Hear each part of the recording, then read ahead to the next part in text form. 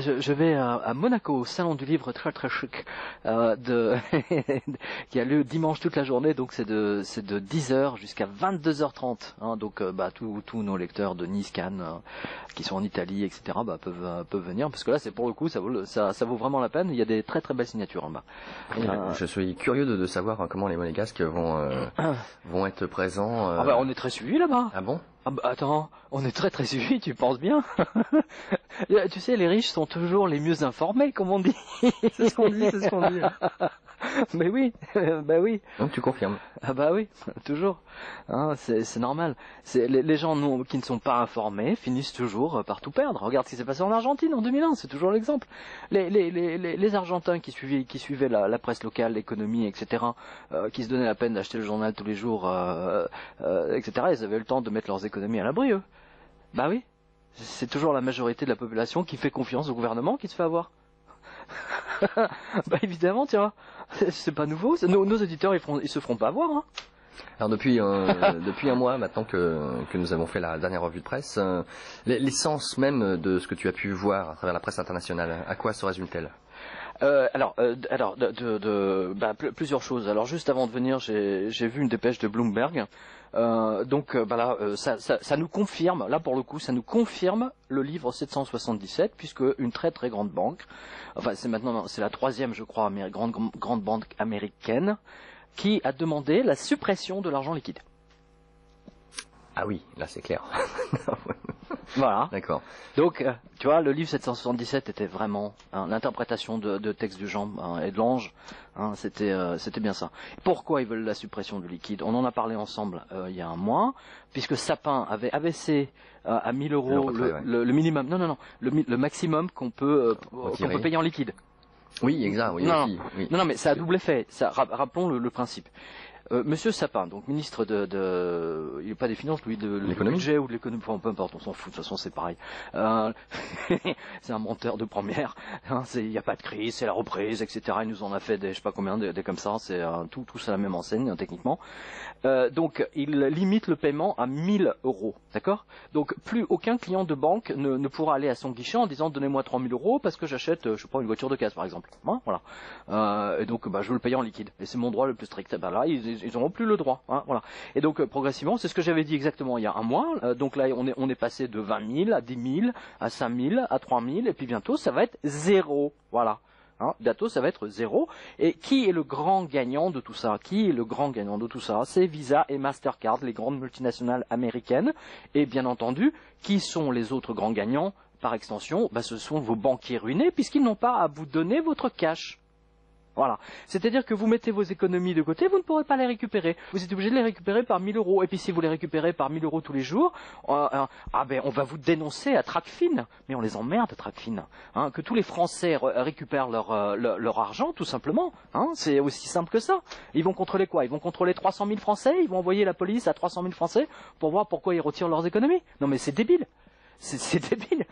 Voilà la grande escroquerie des banques. Hein, et donc ne soyez pas surpris que bientôt Monsieur Sapin ou tous les sbires à leur solde demandent la suppression du paiement liquide en France. Hein? Oui, voilà, on y vient. Tu vois? Alors, non mais c'est incroyable. C'est un État c'est un État américain qui a décidé de ne plus avoir à donner d'argent liquide. Donc il y a différentes lois. Non, il y a différentes lois. Les premières lois qui ont été votées, mais bon, ça on l'a vu un peu partout.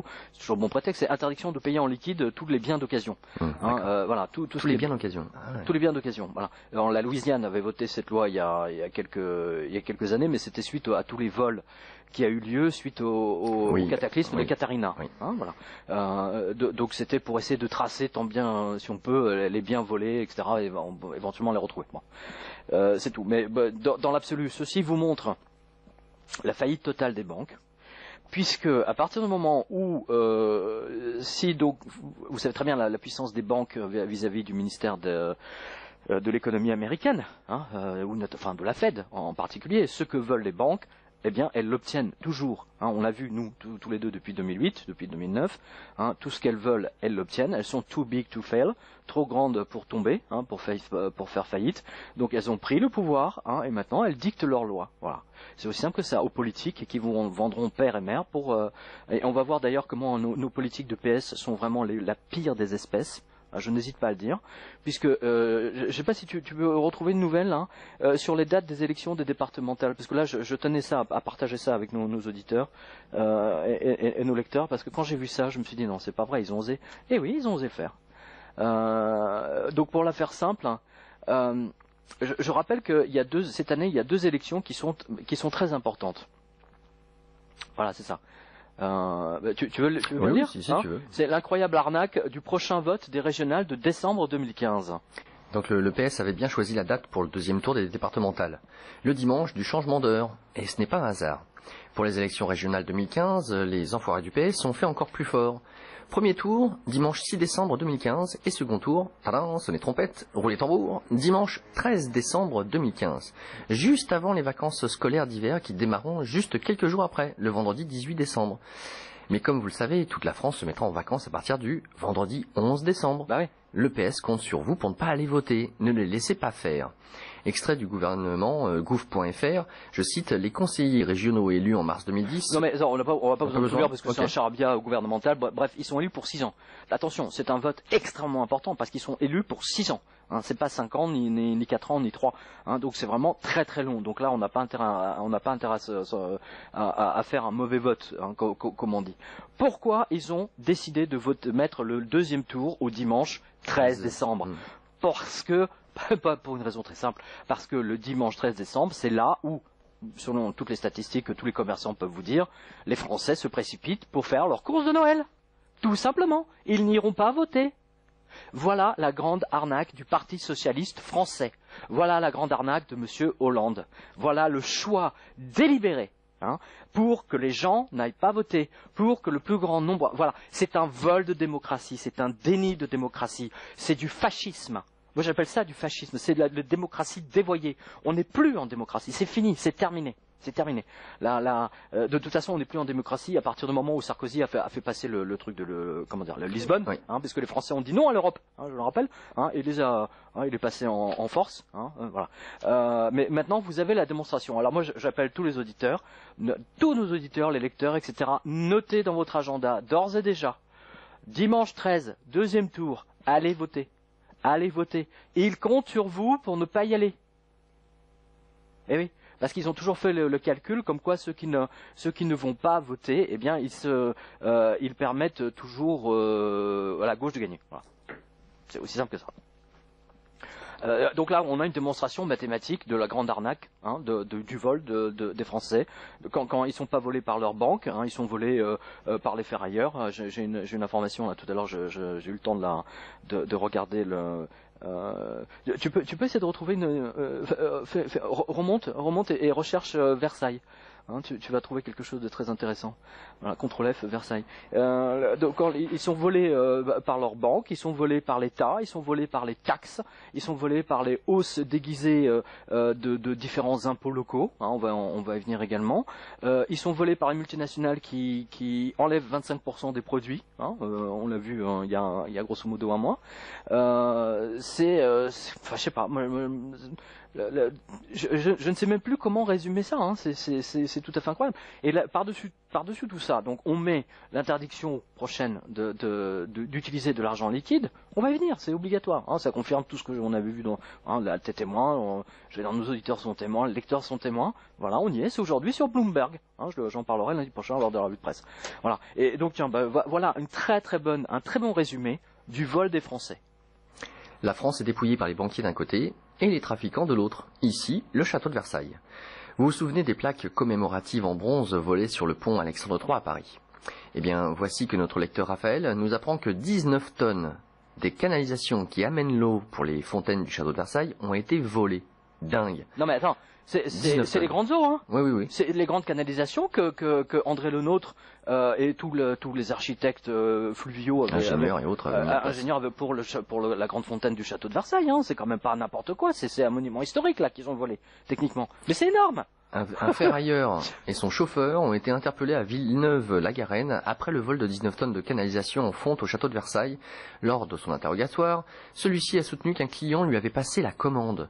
Fin de citation. Donc Raphaël rajoute, je cite, « Ils vont bientôt s'attaquer au grattage, entre guillemets, puis au tirage, entre guillemets, des grilles dorées du château. » Comme vous le disiez, la France est dépecée. Ouais. Donc l'information parue notamment dans Le Parisien. Mais moi, j'avais donné une information il y a à peu près 2-3 mois, comme quoi le ministère des Finances vendait une partie d'un petit château, d'une extension du château de Versailles, qui a été construit par Mansart, si mes souvenirs sont bons, hein, et donc mis en vente. Voilà. De la même façon qu'en ce moment la France a vendu son ambassade historique au Québec, et elle a vendu également son ambassade en Malaisie. L'ambassade de France est vendue. Moi je trouve que ça résume bien, hein. La France est vendue. Pourquoi elle est vendue? Parce qu'on a des politiques qui sont vendus. Voilà, ils sont vendus au Qatar, ils sont vendus aux Saoudiens, ils sont vendus à tous ces pétrodollars, etc. Et quand c'est pas aux pétrodollars, c'est aux Américains, hein, voilà. Donc la France vend son ambassade en Malaisie, il y a un vrai malaise du coup, au point que le Louis XIV local a été obligé de se justifier auprès des Français habitant là-bas. L'ambassade de France à Kuala Lumpur va être vendue. En 2011, le patrimoine immobilier de la France à l'étranger, consulat, ambassade, institut français, etc., s'élevait à 1500 biens répartis dans 160 pays pour une valeur d'environ 5 milliards d'euros. Au cours des 6 dernières années, 152 biens immobiliers appartenant à la France auraient été vendus par le ministère des Affaires étrangères pour une valeur totale de 307 millions d'euros. L'ambassade de France en Malaisie s'inscrit comme l'une des prochaines ventes de ce programme de cession mis en place en 2009. Cette décision est-elle incontournable? D'autres solutions qu'une vente sèche peuvent-elles être envisagées? Doit-on considérer cette politique comme une dilapidation du patrimoine français? Sur quelle base les biens sélectionnés pour la vente le sont-ils? Quel impact cela aura-t-il sur le rayonnement de la France et pour les entreprises françaises basées en Malaisie? Alors qu'une pétition vient d'être lancée contre la vente de l'ambassade, SE Christophe Pénaud, ambassadeur de France en Malaisie, nous a reçus pour faire le point. Merci à Kellen. Son Excellence, SE. C'est SE. Oui, SE, son Excellence, d'accord. Voilà. Donc c'est dans le petit journal que l'info était parue. Alors, non mais c'est pas le petit journal de Canal, hein, oui. Précisons, c'est un petit journal des Français locaux. D'accord, donc voilà. Tu nous dis Pierre, vous voyez, nous on rembourse la monnaie de singe américaine avec nos ambassades, châteaux, hôpitaux, écoles, lycées, vignobles, aéroports, commissariats, gendarmerie, postes, chambres de commerce, etc. etc. Oui. C'est purement criminel et nos politiques sont dévendus. Tous nos politiques sont dévendus, je pense. Aujourd'hui, quand je regarde, il n'y a pas un député qui a osé l'ouvrir à l'Assemblée nationale. Pas un. Pas un qui défend le peuple. Ils défendent leur parti de merde. Pardon. Ils défendent les intérêts de leur parti. C'est tout ce qu'ils font. C'est ce que nous avait dit Général Tozin, hein, rappelle-toi. Ah bah non, t'étais pas là. Si, j'étais là. Non, t'étais pas là. Si. Ah si, j'étais là. Dans la deuxième partie? Oui. Non, non, pas la deuxième. Non, pas la deuxième. Non, j'ai une très bonne mémoire, tu sais bien. C'est vrai. Voilà, donc enfin, je sais pas, je trouve ça incroyable. Quand tu vois que les mecs ils volent les canalisations, qui ramènent, c'est du une commande. Hein? C'est une commande. Oui, c'est une commande, oui, ça, bien sûr, c'est une commande, oui. Tiens, non mais tu sais, il suffit qu'un prince du Qatar veuille prendre veulent prendre le portail de Louis XIV, hein, puis la statue de Louis XIV sur son cheval pendant qu'on y est, hein. Puis Bright Masters, si elle veut commander également le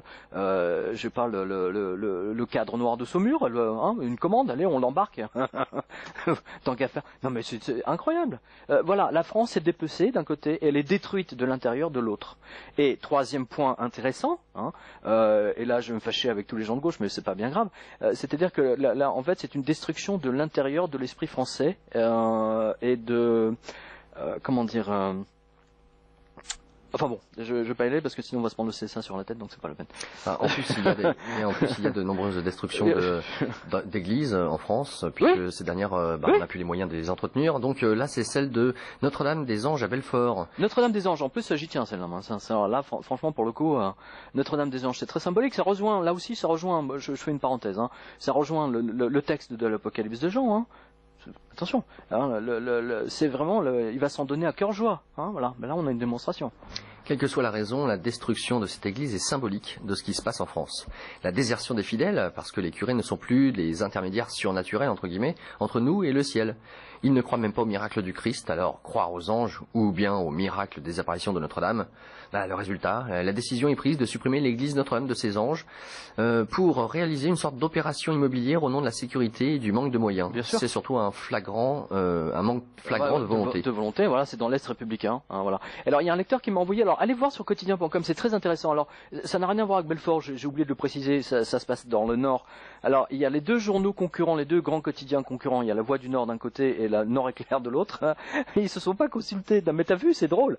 Hein, et donc c'est la une du kiosque chez le kiosquier. Alors Nord Éclair nous dit, alors je vois pas bien là, tu peux le dire s'il te plaît? Oui, la nouvelle mosquée ouvrira en 2015. Voilà, et la Voix du Nord, elle dit l'église Saint-Michel n'aura plus de droit à la messe en 2015. Voilà. Tout est dit. C'est extraordinaire. c'est extraordinaire. Pour peu... Attends, moi si j'avais été curé de l'église de Saint-Michel, je peux te dire que l'église aurait été remplie de monde, tu vois, sans aucun problème. Hein. Voilà, mais tout ça, c'est tous ces curés qui ne croient plus en rien, donc ceci explique cela. Voilà. Alors justement, pour Monsieur Sapin, voilà, je donne une information pour notre ministre du Budget, et également pour Monsieur Macron, parce que je sais que la DCRI nous écoute. Non, mais elle nous écoute radio, mais elle nous écoute également au téléphone. Hein, oui. Non, parce que c'est très particulier. Maintenant, quand j'appelle, tu vois, ça déclenche une deuxième sonnerie systématiquement. C'est assez étrange. Bref. Alors, donc, Madame Landry a vu qu'en 2014, donc écoutez bien, le marché des véhicules utilitaires. Hein, donc moins de 5 tonnes, hein, donc c'est les petits camions, machin, etc. Voilà.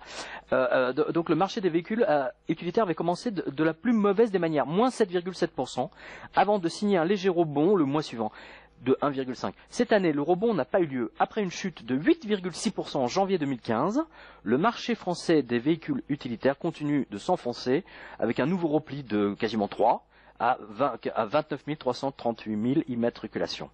Voilà, donc voilà, c'est absolument important. Donc il n'y a strictement aucune reprise. Parce que justement, Madame Landry a bien fait de nous le signaler. Moi, ça fait partie des indicateurs secondaires. C'est-à-dire, c'est des indicateurs que l'État ne peut, ils peuvent bidouiller le chômage, ils peuvent bidouiller tout ce qu'ils veulent, ils peuvent éjecter les chômeurs de longue durée, ils peuvent les mettre au RSA, tout ce que tu veux.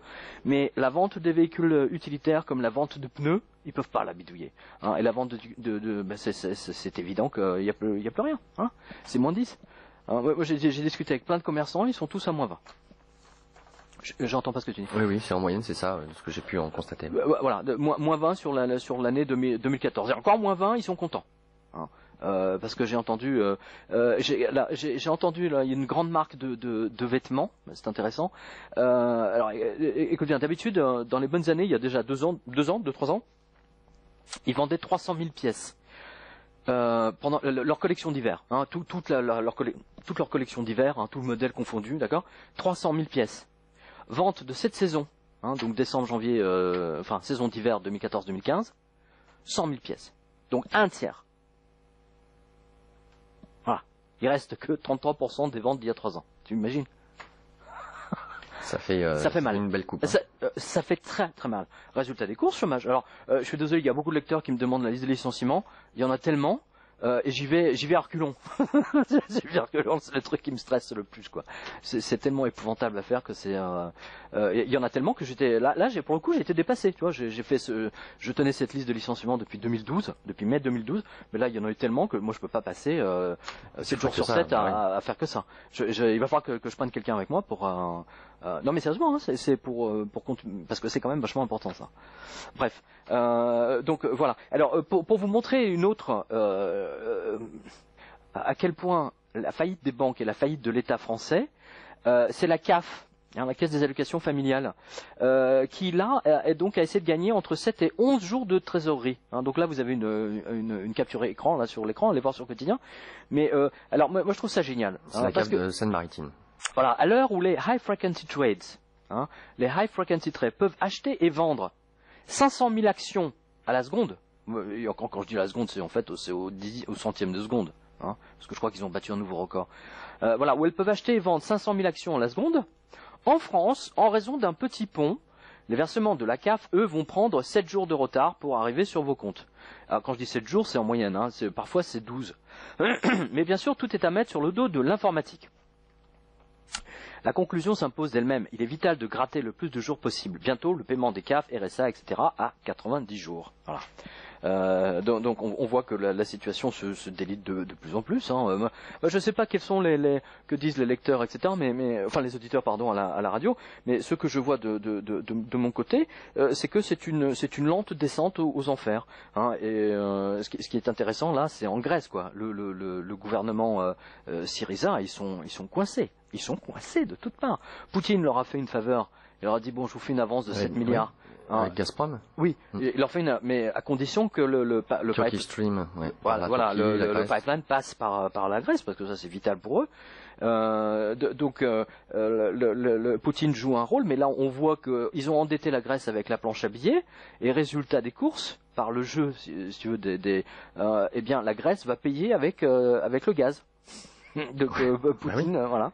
Hein, donc on paye toujours, c'est-à-dire que eux nous endettent avec leur monnaie de singe, avec leur monnaie d'imprimante, leur tout ce que tu veux, et nous on paye vraiment avec nos biens. Enfin les Grecs, pardon, payent, mais c'est pareil pour nous, payent avec leurs biens. C'est invraisemblable, c'est incroyable, c'est scandaleux, c'est la plus grande arnaque planétaire, je crois, de l'histoire de l'humanité.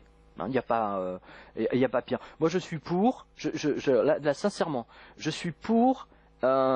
Un peu, tu sais un peu ce qui s'est passé avec les Templiers. Hein, tu sais, ils étaient tellement, comme c'était les premiers banquiers de l'époque. Hein, ils étaient devenus tellement riches et le roi leur devait tellement d'argent que plutôt que de les rembourser, en fait, il les a tués.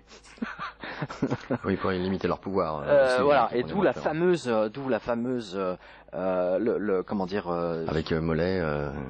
Il a maudit, absolument, il a maudit tous les rois de France jusqu'au. Et c'est vrai que si tu regardes l'histoire des rois de France, franchement, ils ont tous mal fini. Hein. Il n'y a pas photo, ils ont tous mal fini. Et c'est marrant parce qu'il y a la même malédiction, moi j'avais lu ça dans Paris Match, hein, parce que Paris Match couvre l'actualité des gens heureux, surtout à Monaco, qui est une malédiction comme ça qui plane sur le couple royal. À la suite d'une maîtresse qui aurait été enfermée dans un château, dans des oubliettes, dans un cachot, et qui, avant de mourir, a maudit le prince régnant, a maudit qu'il ne sera jamais heureux dans ses mariages, etc. Enfin, c'est assez bizarre. Mais c'est très intéressant comme histoire. J'aime beaucoup ce genre de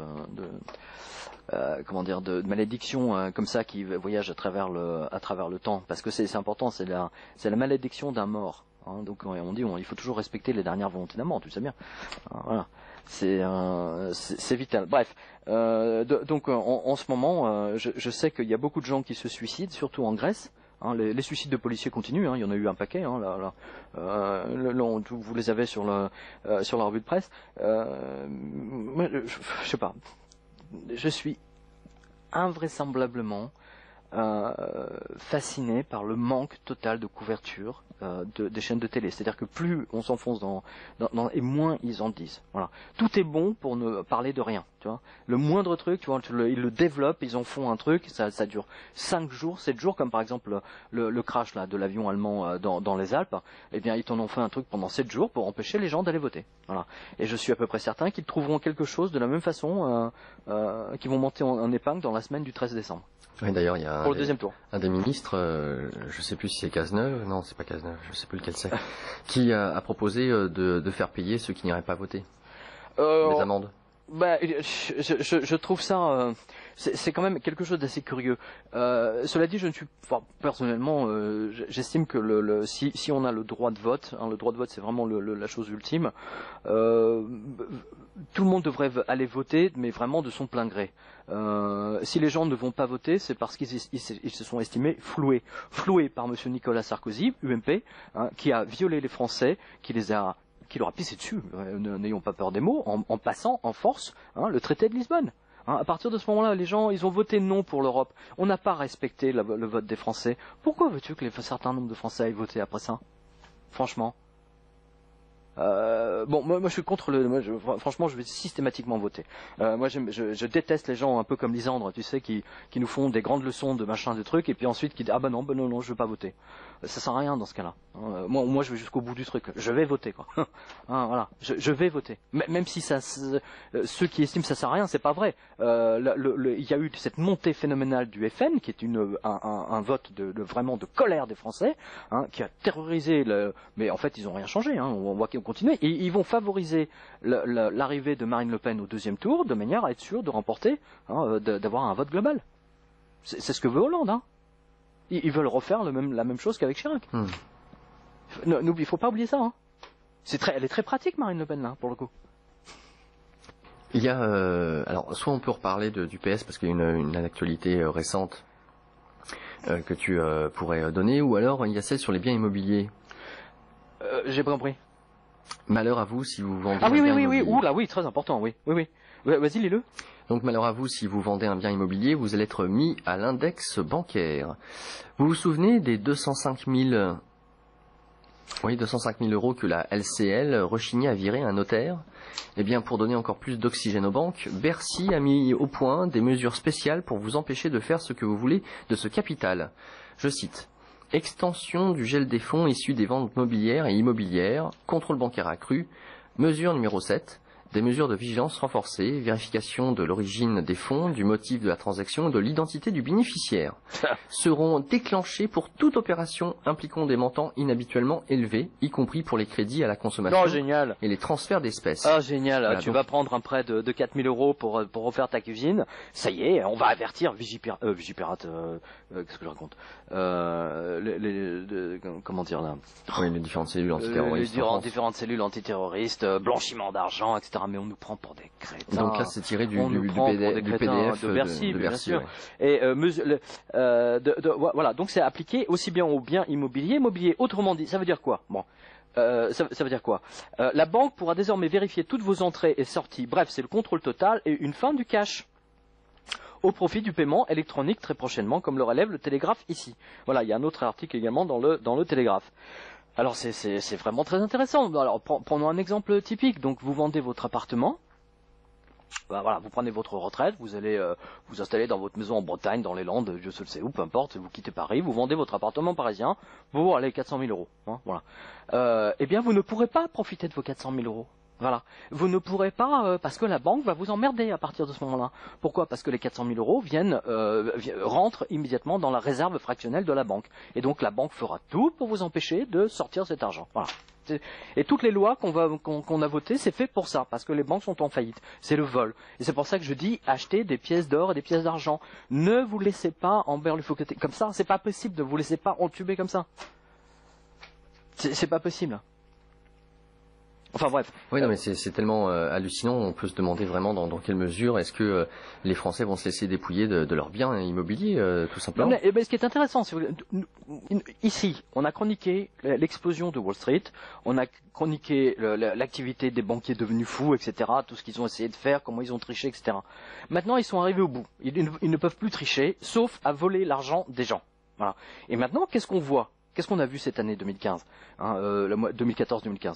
Ils mettent progressivement en place les lois, les textes juridiques pour braquer les gens, pour les empêcher de dépenser leur argent, pour pour abaisser les limites de paiement cash, etc. Tout ça pour préserver les banques. Hein, voilà. Mais moi je dis simplement, quand les bonus, les bonus aux gens de la BNP, de la Société Générale, quand les mecs touchent des bonus de genre 2-3 millions d'euros, ou 10 millions d'euros, etc. Mais vous croyez que cet argent, il vient d'où? Mais il vient de vos comptes. Il vient de vos comptes.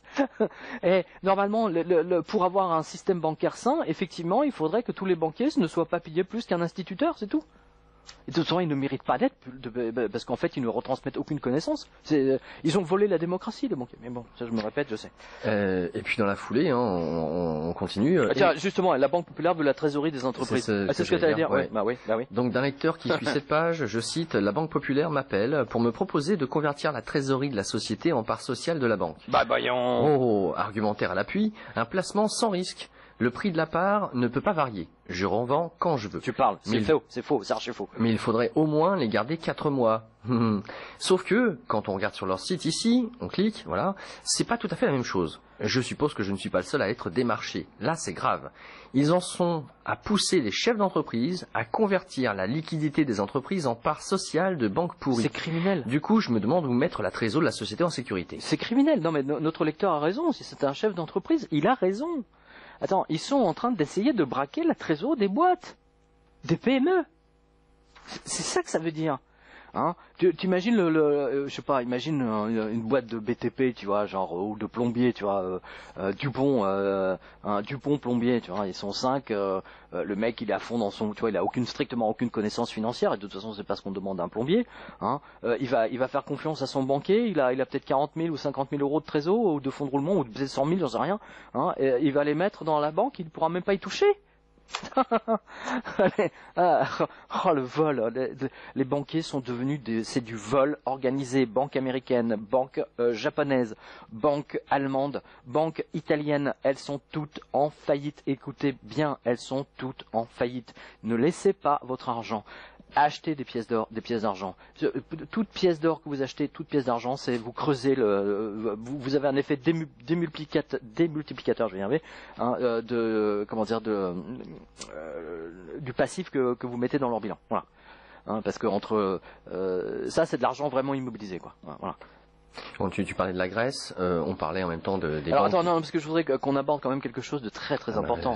Parce à la limite, on aurait dû commencer par ça, parce que pour moi, c'est le résumé. Et là, je demande à tous nos auditeurs, hein, allez sur quotidien.com hein, si vous ne croyez pas, parce que là, on va vous donner une info. Bonjour. Hein, les banques continuent à tomber. Explosion à l'île Maurice. Panique de la population. Hein, voilà. Ça s'est passé à l'île Maurice il y a 2 semaines. Hein, ça s'est pas passé il y a 2 ans ou 200 ans. Hein, ça s'est passé il y a 2 semaines. Vous n'en avez pas entendu parler, bien entendu. Pas une ligne. Hein, BFM ne vous a pas fait un direct, hein, même pas un petit filet en bas là, tu vois. C'est portant toute la. C'était. Attends, je te raconte pas. C'était la panique totale à Maurice. La panique totale. Invraisemblable. Tu veux le lire ou tu veux que je le dise? Vas-y, je t'en prie. Alors. L'île Maurice, le ghetto tropical des riches Européens, qui y allaient aussi pour cacher leur liquide, justement. Eh bien, cette oasis immobilière, présentée en 2007 comme le but ultime de placement financier pour tout Français qui a fait une quelconque fortune, vient d'essuyer son premier gros revers de fortune, justement. Hein, voilà. L'une des plus grandes banques mauriciennes vient de tomber, et ce n'est pas n'importe laquelle, c'est la Brammer Bank et sa filiale, sa filiale d'assurance, donc Brammer Assurance. Comme à Weimar, les Mauriciens attendaient devant les portes pour récupérer leurs économies. Les enquêteurs, tout à coup, en 2015, viennent de découvrir que la banque est un système Ponzi. C'est incroyable, non? C'est complètement fou. Alors je cite, hein.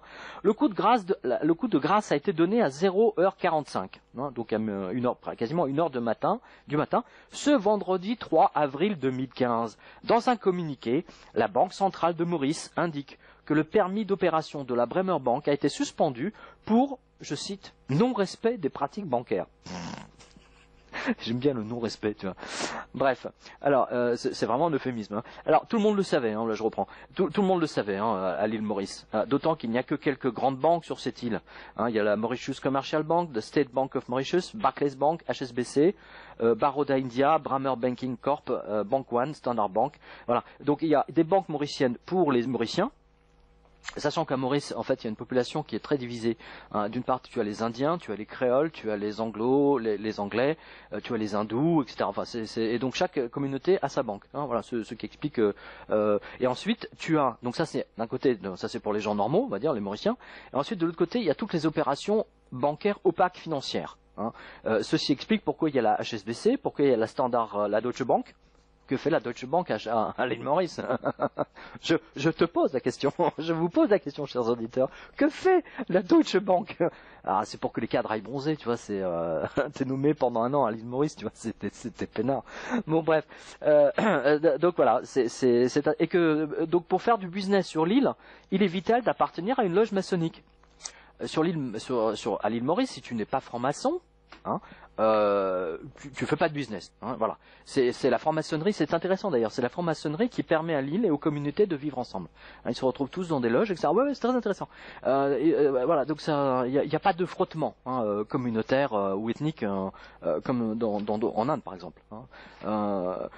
C'est quand même incroyable que malgré ça, donc les habitants vivent en mode réduit. Depuis quelques jours, ce que toute l'Europe va bientôt connaître. Tout a commencé le vendredi 27 mars quand un mail interne est envoyé aux collaborateurs de la Brammer Bank, je cite, interdisant aux clients comme la Banque Postale ici, interdisant aux clients les retraits prématurés des dépôts fixes. C'est le terme technique pour vous empêcher de retirer votre liquide. Voilà. Seul hic, un employé mauricien, a posté ce mail sur son Facebook le mardi 31 mars. Et en juste quelques heures, toute l'île s'est massée devant les portes des agences pour retirer ses économies. Étonnant, non? En France, vous avez encore les panneaux du genre pour retirer 2000 €, prévenez le directeur 2 ans à l'avance. Mais plus pour très longtemps.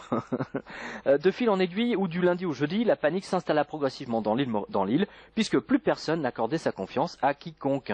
C'est ça aussi une panique bancaire, voilà. Donc je vais vous lire brièvement ce que nous a rapporté le journal L'Express mauricien.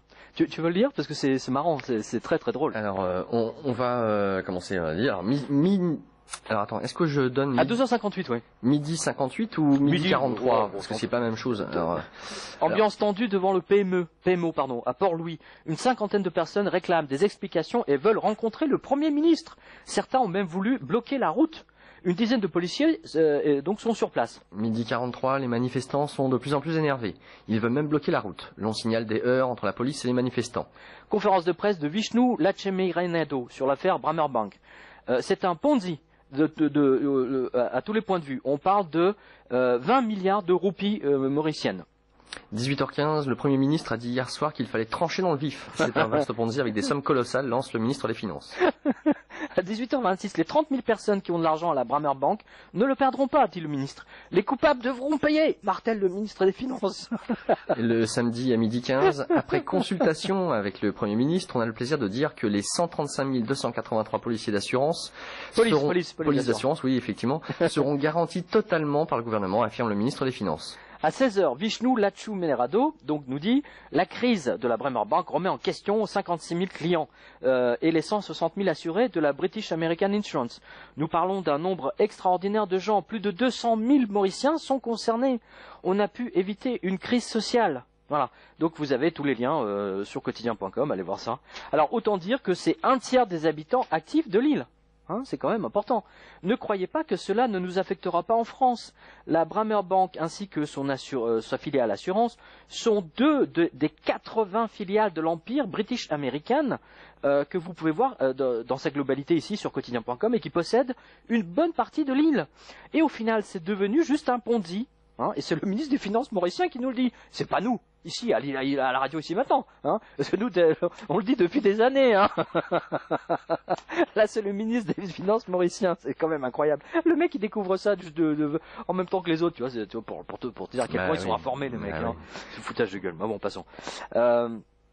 La réalité, c'est que la crise de 2008 a transformé cet empire mauricien en Ponzi, voilà.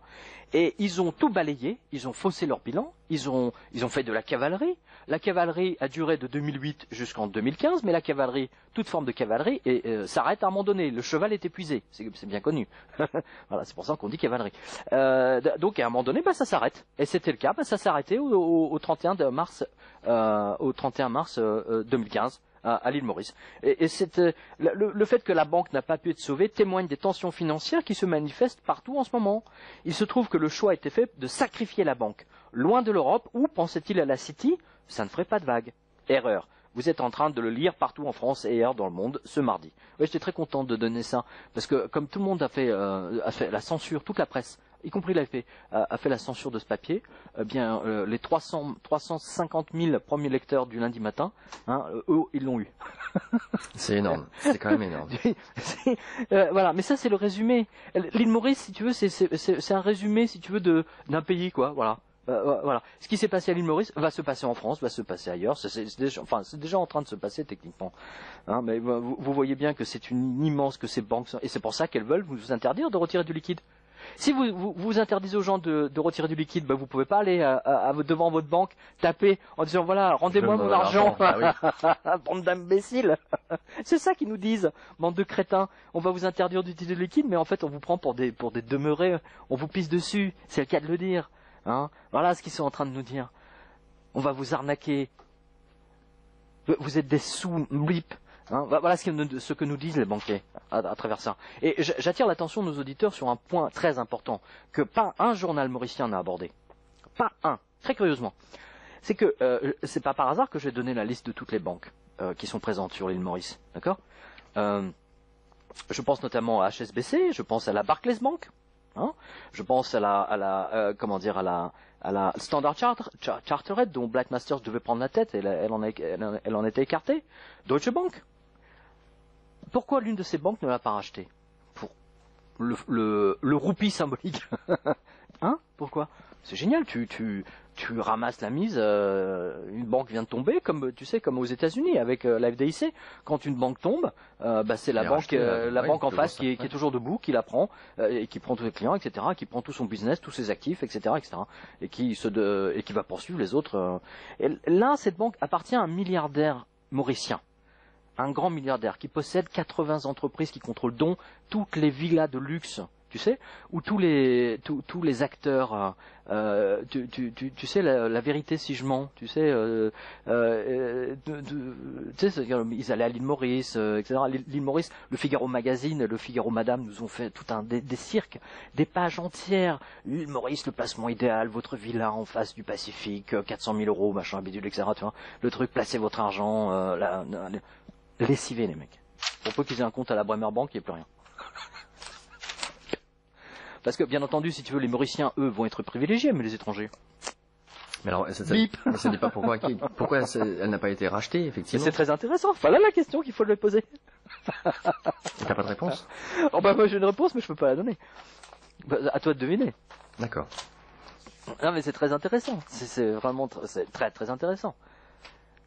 On voit bien. On voit bien cette espèce de monstre le monstre de la faillite qui essaie de se cacher, tu sais, derrière le panneau pour retirer 1500 €, prévenez-nous 5 ans à l'avance, tu vois. Interdiction de prendre trop de liquide. On va vous signaler à Tracfin.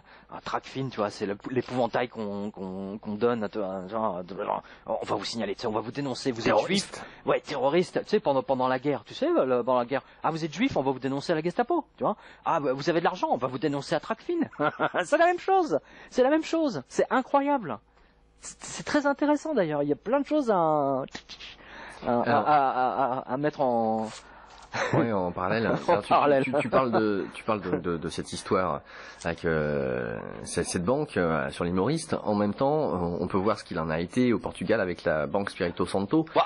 Voilà. Alors, parfait enchaînement. Je pouvais pas l'inventer. Je t'en prie. Regardez les conséquences de la faillite de la Banco Spirito Santo, donc la banque du Saint-Esprit, au cas où. Vous, lecteurs, vous avez suivi ici la lente et progressive descente aux enfers de la Spirito Santo. Mais Libération n'a découvert la ruine des petits épargnants que maintenant. Bravo Libération, journal de naze. Journalistes qui n'ont pas vu la crise. Normal, c'est un journal qui appartient à un banquier. Pourquoi veux-tu qu'il te parle des problèmes bancaires? Hein? Grâce à une dépêche AFP que la rédaction donc de Libération a collée sans plus d'autres attentions. Et pourtant, c'est quelque chose de ce genre qui attend les Français à une échelle autrement plus grande. Je cite, agriculteurs, retraités ou chômeurs, ils ont fait confiance à leur banque et investi l'épargne de toute une vie. Aujourd'hui, les anciens clients de Banco Espirito Santo, dont la chute a fait trembler le secteur financier portugais, risquent de tout perdre. Battus par les vents, la plantation de laitue d'Albino Gomez à Silveira, une bourgade au nord de Lisbonne, tombe en décrépitude, faute d'argent. Je cite, ma conseillère bancaire m'a assuré que c'était un placement sans risque, à rendement garanti. Chers auditeurs, quand votre conseiller bancaire ou conseillère vous appelle en disant que vous avez un placement sans risque, dites-lui que c'est une grosse pute. Là, au moins, vous êtes sûr de sauver votre argent. Là, on a une parfaite démonstration de ce qui s'est passé avec la Banque du Saint-Esprit à Lisbonne. Ouais. Je précise que c'est le Portugal, c'est à côté. Et c'est marrant parce que moi, je me souviens. Alors là, tu sais que j'ai une mémoire parfaite pour ça. Je me souviens, on était là tous les deux, il y a 3 ans et demi, et j'ai appelé tous les Portugais à retirer leur argent de la Spirito Santo. Oui, ça je me rappelle. Oui, absolument. J'ai appelé tous les Portugais à retirer leur argent de la Banque du Saint-Esprit. Ça m'est revenu d'un coup comme ça, pouf. Voilà. Tu vois, ils nous auraient écoutés, ils ne pleuraient pas aujourd'hui. Voilà, c'est ce que dit justement Albino Gomez. Maintenant, je n'ai quasiment plus rien. Voilà. Donc, à leur insu, environ 5000 clients de la Banque Espirito Santo ont troqué leur épargne contre des créances toxiques de Rio Forte et Espirito Santo International, deux holdings luxembourgeoises, tiens, du groupe Espirito Santo qui ont, entre-temps, fait faillite. Bien sûr. En tout, ils ont placé plus de 500 millions d'euros. Bâches, plastiques déchirés, routes de terre défoncées, la parcelle agricole de 2 hectares d'Albino Gomez manque d'argent frais pour semer des engrais. Je cite, je ne dors plus, j'y pense en permanence, confie l'exploitant, 73 ans, la voix étranglée par l'émotion. Fin de citation donc de cette reprise de Libération. Et tu nous dis, Pierre, non, c'est pas Libé, attends, Libé, il pourra pas te faire des articles comme ça. Ah bon? Non, ils ont collé une dépêche de l'AFP. Ah oui, d'accord, ok. Attends, Oui. Libération ne va pas te faire un papier comme ça, tu plaisantes ou quoi? Libération te fait des papiers, vite, accueillons tous les mecs qui se noient dans la Méditerranée, tu vois. En fait, ils ont fait un papier l'autre jour, que toute l'Afrique déménage et vient de s'installer en France. C'est intéressant. Et ce n'est pas fini, hein, nous dis-tu, Pierre, car s'il ne faut pas oublier Chypre, la Grèce, l'Autriche et l'Italie ont tous d'autres banques qui risquent de sauter. Bah, on a donné ici suffisamment on a donné toute la liste des banques. S'il y a une seule émission en France qui fait le hit parade des banques en faillite, c'est bien la nôtre. Hein. Il n'y en a pas d'autres. Hein. Voilà. Non mais je salue tous les lecteurs portugais parce que je m'en souviens très bien. Effectivement, c'était même il y a 3 ou 4 ans. Hein, oui, 3 ans et demi au moins. Temps, mais je sais que je sais parce que je me souviens, j'ai appelé, voilà, dites à nos amis portugais, vous avez des parents là-bas, etc. Dites-leur de sortir leurs sous. Voilà. Voilà, il l'aurait fait et il serait pas ruiné. Et c'est pour ça que je dis, hein, vous auriez mis votre argent dans un studio, dans un lingot d'or. Au moins votre argent il serait toujours bloqué dedans. Là vous avez mis ça dans ça pourrait être la Spirito Santo, mais ça peut très bien être la caisse d'épargne ou la banque populaire qu'on a vu tout à l'heure, qui essaie d'arnaquer les chefs d'entreprise là, hein, avec leur placement à la con là.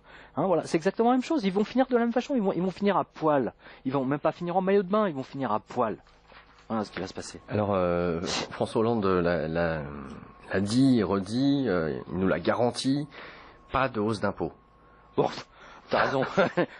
Oui, bien sûr, pas de hausse d'impôts de la part des impôts, j'allais dire nationaux. Mais il n'a pas parlé des impôts locaux. Hein Non, mais il devrait mettre. Moi, j'appelle ça l'impôt vaseline, hein, tout simplement. Hein. Les hausses des impôts pour les Français continuent. Non. Monsieur Garbogno a vu dans le Républicain Lorrain que la commune d'Amnéville a proclamé, je cite, la fin de la commune Providence. Waouh, merci les prédoxiques. Les banquiers vont se goinfrer grâce aux habitants. La taxe foncière va doubler. Les autres impôts grimpent de 25%. La cantine passe de 1,3 à 3 euros. Tout est doublé, quoi. Les subventions aux associations diminuent. Fin de citation. Notre lecteur ajoute, la taxe foncière va doubler. Cela fait des années que je n'y mets plus les pieds pour prendre des mandats de vente ou location, encore moins gestion. Pour précision, Amnéville est collé à Gandrange, mais aussi à Gondange, avec Ascométal, au bord du gouffre selon mes sources. Bien ici le Républicain Lorrain.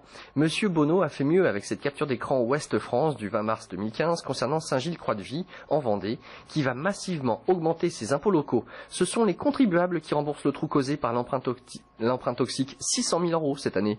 Voilà une ville où Blaise Masters devrait être une lecture obligatoire pour tous les habitants. Mais, voilà. Ah bah tiens, puisqu'on est dans les impôts, alors la suite des impôts locaux, alors à Maxville, alors la hausse des impôts locaux est de plus de 70%. Voilà, plus de 70%. Voilà, c'est de la grande arnaque. Alors je reprécise à nos auditeurs. Il faut que vous compreniez que c'est l'opération de Sarkozy. Hein. Ce sont les banques américaines qui ont conseillé Sarkozy là-dessus, hein, et Bercy. Ils ont dit, voilà, l'État français est endetté. Nous allons nettoyer le bilan de l'État France. L'État France va se débarrasser de tout ce qu'il doit sur les régions et sur les municipalités, sur les communautés des communes, ou je sais pas comment on appelle ça, agglomération de communes. Voilà.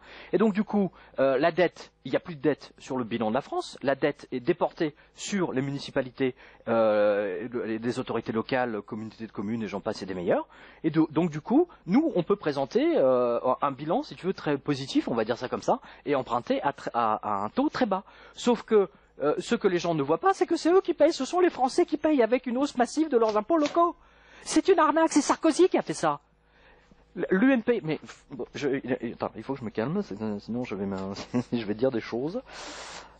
Et comme en ce moment ils sont en train de voter tout un tas de lois, t'as vu, hein, ils ont voté tout un tas de lois, notamment qui vont, hein, tu peux plus rien dire maintenant, hein, même en tant que tu peux, hein. Bientôt je vais être obligé de m'installer à Londres pour faire l'émission. On va aller à Londres tous les deux, on va le faire. Oui, il faut que je fasse attention à ce que je dis. C'est vrai. Ah non mais attends, mais il y a en plus Londres, ici Londres. Non mais attends, il y a un de nos délires qui est devenu réel là. Il y a un de mes délires avec toi qui est devenu réel. Tu peux regarder Mexique. Alors justement, alors pendant que tu regardes ça, Monsieur Dufresnoy a vu dans le Courrier Picard que la nouvelle majorité politique de la ville de Péronne a augmenté les impôts locaux de 19%. Ils avaient pourtant promis le contraire lors de leur campagne. Hein, vous êtes surpris? Hein, voilà, donc c'est augmentation des taxes de 19% chacune, habitation, foncier bâti, foncier non bâti et contribution des entreprises. Wow. Couplée à l'augmentation des bases votées par le Parlement l'an dernier, 0,9, la pilule va être difficile à avaler pour les contribuables. Ah bah là, ça promet au régional. Hein, donc j'appelle tous les auditeurs, mobilisation massive pour le vote au 13 décembre. Ils ne veulent pas qu'on aille voter, on va y aller quand même. Là, je mène une campagne pour le vote au 13 décembre. Hein, parce qu'ils comptent sur les courses de Noël, tu vois. Enfoiré. Le Mexique. Voleur. Le Mexique. Tricheur. Émet un bon du trésor sur 100 ans. Tu te souviens? Non, je m'en souviens pas. Mais si, vas-y, lis, tu vas comprendre. Cher tout de suite. lecteur, encore l'un de mes délires de 2011 qui est devenu réel. J'avais en effet bien brodé là-dessus avec Laurent en disant que l'Angleterre a eu de la chance que Jeanne d'Arc n'ait pas connu le principe des bons du trésor. Ça y est, tu te souviens? Car cela lui aurait permis de lever des fonds avec des remboursements sur 10 ans, voire même 100 ans, et ainsi envahir les Anglais. Eh bien, le Mexique vient de le faire, vraiment. Le pays de Luis Mariano a émis un bon du trésor sur 100 ans, donc remboursable en 2115. Cool. Et pourquoi pas sur 1000 ans?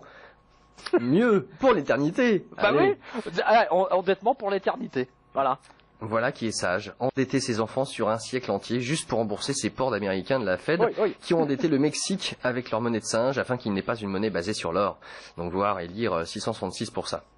Donc quelle arnaque monstrueuse. Imaginez que vous endettez vos enfants, leurs enfants et leurs petits-enfants juste pour que vous puissiez rembourser vos dettes à vous, de l'argent qui n'a même jamais existé. Voilà la folie absolue de ce système financier reposant sur le PQ nommé dollar américain. Vous comprenez mieux la colère des anges dans l'Apocalypse de Jean, ça va très mal se terminer. Ça y est? Tu t'en souviens? Ouais. Parce que là, franchement, attends, tu imagines?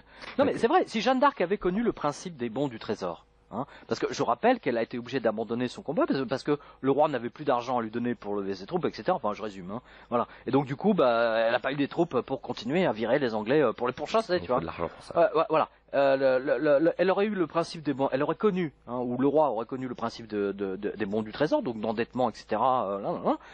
Elle aurait pu les pourchasser et puis envahir l'Angleterre sans problème. Tu vois, j'avais dit, on fera des bons du trésor sur 100. Bah, c'est fait. Alors, qu'est-ce qu'il en est des bons du trésor suisses et allemands? Ils sont en taux négatif. Alors, justement, avant de faire la pause musicale, ouais, c'est important que tu donnes cette information, parce que moi, je l'avais donné avant tout le monde. J'avais même donné avant Zero Edge, ce qui m'arrive de temps en temps, effectivement, d'être plus rapide que Zero Edge. Mais j'avais suivi le bon du trésor allemand, et j'ai halluciné, quoi. Je me dis, mais c'est pas possible, c'est du délire. Voilà. Et alors, lis ça parce que moi j'ai une autre info qui va avec en fait techniquement. C'est important. Écoutez bien, chers auditeurs, écoutez bien. C'est très important. Alors, pour nos lecteurs fourmis qui ont encore un livret A, vous allez bientôt pleurer. La Suisse vient d'émettre un bon du trésor sur 10 ans avec un taux négatif. C'est le résultat des trilliards de planches à billets PQ dollars en circulation depuis toutes ces années. Mais il n'y a pas que les Suisses. Pour la première fois dans l'histoire, le 8 ans allemand est devenu lui aussi négatif. Cela veut dire que les gens payent la Bundesbank pour garder leur argent, même pas pour la faire fructifier. Ouais. Ouais. Cela forcera Bercy à baisser la rémunération du livret A. À ce niveau, autant le mettre dans l'or et mettre les lingots dans un coffre à Berlin. Bah oui. Non mais attends, à partir du moment où l'intégralité du système... Attends, même l'Euribor est passé négatif, hein. Je le dis, hein, c'est pas dans la revue de presse, hein, moi je vous le donne de tête. Hein. L'Euribor est passé négatif. Ça veut dire quoi? Ça veut dire que Bercy, ça veut dire que les assureurs vie sont en faillite. Tous les assureurs vie là sont en faillite. Parce qu'ils sont obligés de rémunérer tous les contrats d'assurance à genre 2, 3 ou 4%, peu importe. Alors que techniquement, aujourd'hui, tout le marché, depuis maintenant des années, mais qui plus est encore en 2015, ils sont à zéro, voire en négatif. Ah. C'est ça l'effet pervers de la planche à billets. Je le dénonce depuis 8 ans. Mais là, on y est, on le voit. Hein, tu vois, tu mets ton argent à la Bundesbank et tu payes la Bundesbank pour qu'elle te le rende.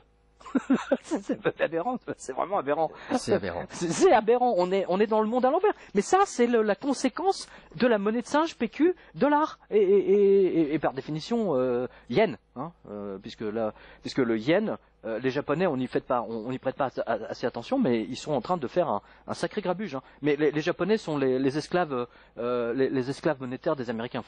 Ça, je le dis toujours. Hein. C'est important. Ce que font les Japonais, en fait, c'est la volonté des Américains.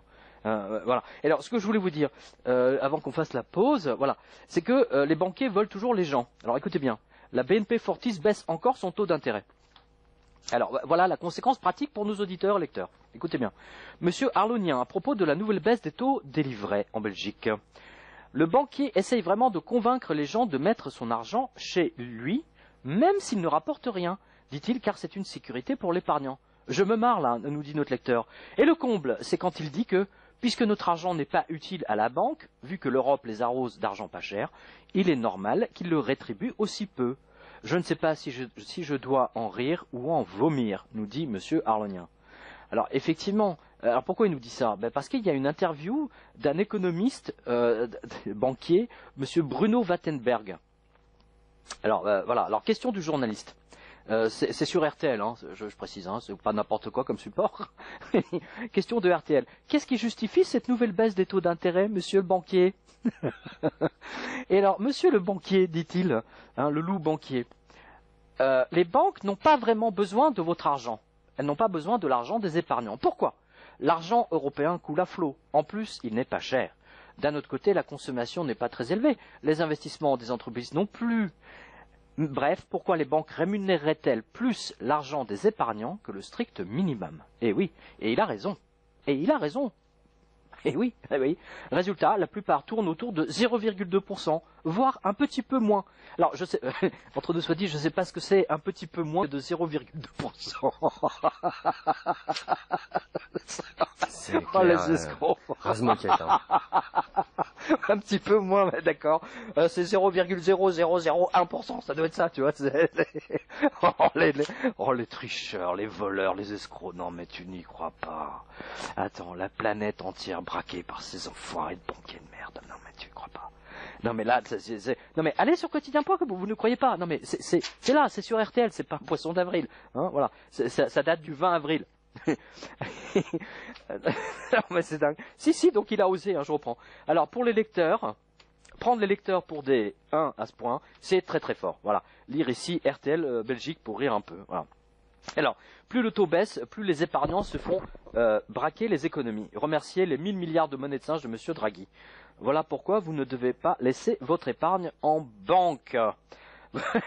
Voilà, écoutez, je donne rendez-vous à tous nos auditeurs de Monaco qui viennent me voir au salon du livre. Je vais leur expliquer comment Monaco va faire faillite. Ça se trouve, d'ici là, ils vont m'interdire. Non, mais tout est possible. Hein. Cela dit, bon...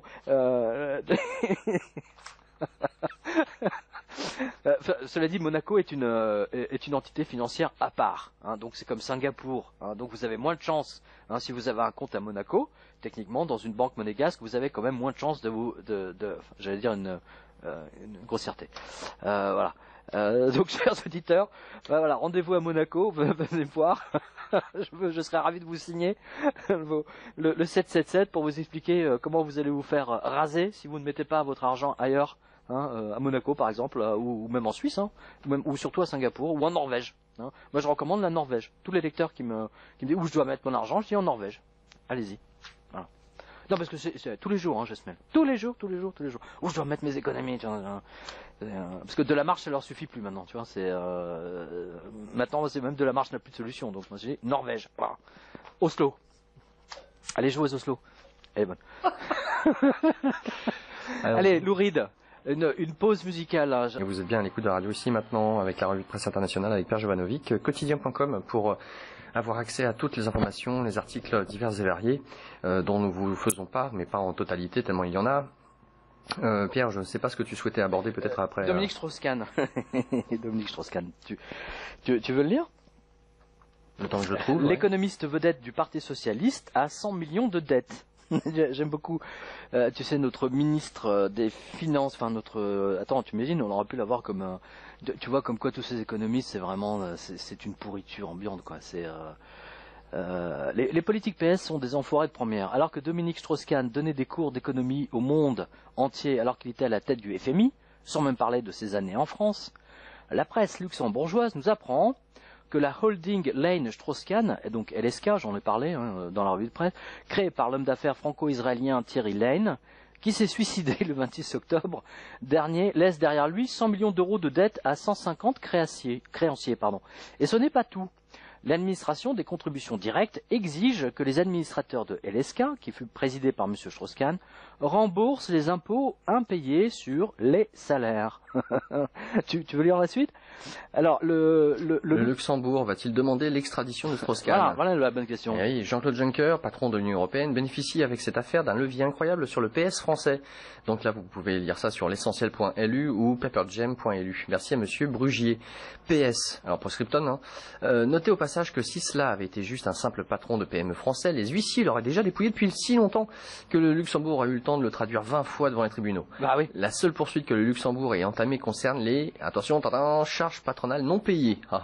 Pour 75 000 euros, s'il vous plaît. Une paille. Non, mais voilà l'arnaque. Donc là, on voit qu'il y a des influences politiques qui sont à l'œuvre, que M. Strauss-Kahn est protégé contre, mais on ne sait pas trop pendant combien de temps ils vont pouvoir le protéger là sur cette affaire, parce que là c'est un avertissement, c'est très clair. Et moi je ne sais pas où Strauss-Kahn va trouver ces 100 millions d'euros de dettes. C'est quand même incroyable. Je ne sais même pas comment il a fait pour claquer autant d'argent, quoi. À mon avis, en fait, tout ça c'était un Ponzi là aussi, et la cavalerie a pris fin. Le cheval était épuisé. Voilà, c'est aussi simple que ça. Alors bon, il se trouve que là, c'est un ponte du Parti Socialiste, déchu certes, mais d'un ponte quand même. Une justice pour les banquiers et les politiques à leurs bottes, une autre pour les manants. Et je ne parle même pas des facilités de caisse, car pour arriver en effet à 100 millions, certains banquiers en charge des comptes divers et variés de Strauss-Kahn et Lane ont dû fermer les yeux pendant très très longtemps. Je salue ici les lecteurs qui dirigent des petites et moyennes entreprises et qui se battent avec leurs banquiers pour juste un léger découvert. Voilà. Et pour le coup, maintenant, Strauss-Kahn est devenu nucléaire, c'est-à-dire il est vraiment pas fréquentable, quoi. Alors, enfin, il n'a aucune chance de se refaire, à moins d'écrire ses mémoires d'alcôve directement en anglais et de les vendre pour 100 millions à un éditeur américain. Je suis sûr que ça marcherait. Bien sûr que ça marcherait, évidemment que ça marcherait. Voilà. Mais il faudrait quand même qu'ils vendent beaucoup de livres. Beaucoup de livres, même pas. Ouais. Non, je crois que c'est pas possible. Voilà. Alors tiens, pendant qu'on parle des banquiers voleurs, puisqu'on parlait de Strauss-Kahn, notre lecteur Monsieur Volkos a vu qu'une chargée de clientèle de la caisse d'épargne avait mis en place une technique infaillible pour dépouiller les clients âgés de sa banque en compagnie d'une femme de ménage qui leur conseillait. Au total, 700 000 euros ont ainsi disparu de leur compte pour finir sur celui du banquier de sa complice. Une enquête interne menée par la banque indique qu'entre 2009 et 2014, une cliente de l'agence de Nîmes, qui n'est autre que l'ex-aide à domicile, une femme âgée de 50 ans, percevait beaucoup d'argent provenant des comptes de personnes âgées. Toutes étaient clientes de l'agence. Vu la bêtise absolue de ce conseiller de sa maîtresse, on peut se demander si la caisse d'épargne a mis une limite maximale au coefficient intellectuel des gens qu'elle embauche. Des pieds nickelés, quoi, très clairement. C'est du moins la 60e affaire de ce genre qui sort dans la presse depuis l'explosion de Wall Street en 2008. Lire ici Le Figaro ou Objectif Gare. Voilà. Vous voyez que c'est le Ponzi, c'est le système Ponzi, la cavalerie, partout, dans tout... au niveau des banques, etc. Voilà, à toi. Alors, nos lecteurs arnaqués par les banques, ou leurs banques plutôt. Bon, il y en a plein comme ça, mais je vous donne celui-ci. Donc, de notre lecteur Joseph, je cite, voici un screen du site ING Direct. Vous savez, les banques en ligne de ce soir. Concernant les prélèvements et virements problématiques depuis le 2 avril. J'attends un virement depuis 7 jours. La personne qui me l'a émis a été prélevée, elle, depuis 7 jours. Donc, de Jean-Yves, je cite, « Je fus surpris ce matin par un événement que vous avez prédit. Je suis au Crédit Lyonnais LCL et je me suis connecté pour consulter mes comptes. Et voilà qu'une fenêtre s'affiche me demandant de la lire et surtout de la valider pour me connecter à mon épargne. Quelle ne fut pas ma stupeur de lire que la LCL changeait et limitait mes virements à 1 000 € sur 3 jours, glissant. Et pas plus. en France et Monaco, alors que j'ai besoin de virer plus d'argent en une fois pour les vacances d'été. Ils sont fous. Ils vont me voir débarquer dans l'agence pour dire leurs 4 vérités. En fait, non, ils ne sont pas fous. Ils mettent la main basse sur nos économies et nous empêchent de sortir notre argent et de le dépenser. Je crois qu'il est temps de se débancariser le plus vite possible. Post-scriptum, j'ai beau prévenir mon entourage, surtout professionnel, j'ai l'impression d'être Cassandre. Et pourtant, la ville de Troyes chuta. Pourquoi il est à 3, notre lecteur? Alors, justement, dans la foulée du vol de démocratie par les banques. Alors, vous avez vu que, nous on a chroniqué ici les aventures de Monsieur Ben Bernanke, donc qui était président de la Fed, donc pendant la crise. Eh bien, tout va bien dans le meilleur des mondes, puisque l'ancien président de la Federal Reserve, ton pote, Monsieur Bernanke, qui a distribué des centaines de trilliards de monnaies de singe aux banquiers américains et européens en faillite, n'est pas resté à la retraite très longtemps. Il a été embauché par Citadel, du bon roi de la finance Ken Griffin, une firme que M. Ben Bernanke avait sauvée indirectement en 2008 justement. Citadel est celui qui a travaillé la main dans la main avec la Fed pour remonter le Dow Jones au cric avec la planche à billets. Vous comprenez maintenant pourquoi le monde est entre les mains des banques et des gestionnaires de fonds, parce qu'ils savent se remercier entre eux comme il faut. Voilà. C'est d'ailleurs pour cela qu'on a, nous, ici en France, un banquier Rothschild comme ministre des Finances. Bah oui. Qui à son tour remerciera en signant des contrats, en nommant des gens en remerciement, etc. Voilà. Donc c'est par exemple le Wall Street Journal nous apprend Monsieur Ben Bernanke donc is joining Chicago hedge fund Citadel LLC as a senior advisor, donc comme conseiller principal. Voilà. Donc son salaire n'a pas été révélé. Je trouve ça vraiment très très intéressant. Donc il faut savoir que Citadel a été utilisé en sous-main par la Fed pour remonter le Dow Jones au cric. Voilà. C'est QED. C'est quand même absolument incroyable. Alors dans la même foulée, tiens, puisqu'on est dans l'arnaque, dans la grande arnaque des banques, on salue le Crédit Agricole, puisque le Crédit Agricole se lance dans les subprimes sur vos emprunts immobiliers. Faut le faire, en 2015, après le désastre que ça a donné. Tu veux le dire? Alors, on va dire, donc c'est BNP. C'est quand même incroyable. L'arnaque continue. L'arnaque continue de plus belle. Non, c'est pas celui-là. Voilà, c'est celui-là. Alors, le Crédit Agricole se lance dans les subprimes sur vos emprunts immobiliers. Waouh, jamais je n'aurais imaginé écrire cela en mars 2015, après tout ce qui s'est passé depuis 2003, et surtout depuis l'explosion des subprimes en 2007 et de Wall Street en 2008. Le journal Les Échos nous apprend que le Crédit Agricole va se lancer, je cite, dans la titrisation de crédit immobilier avec une première opération en mai 2015. Les caisses régionales souscriront à la quasi-totalité des titres émis. Et devinez quoi, tadam, la taille du portefeuille apporté sera de l'ordre de 11 milliards d'euros.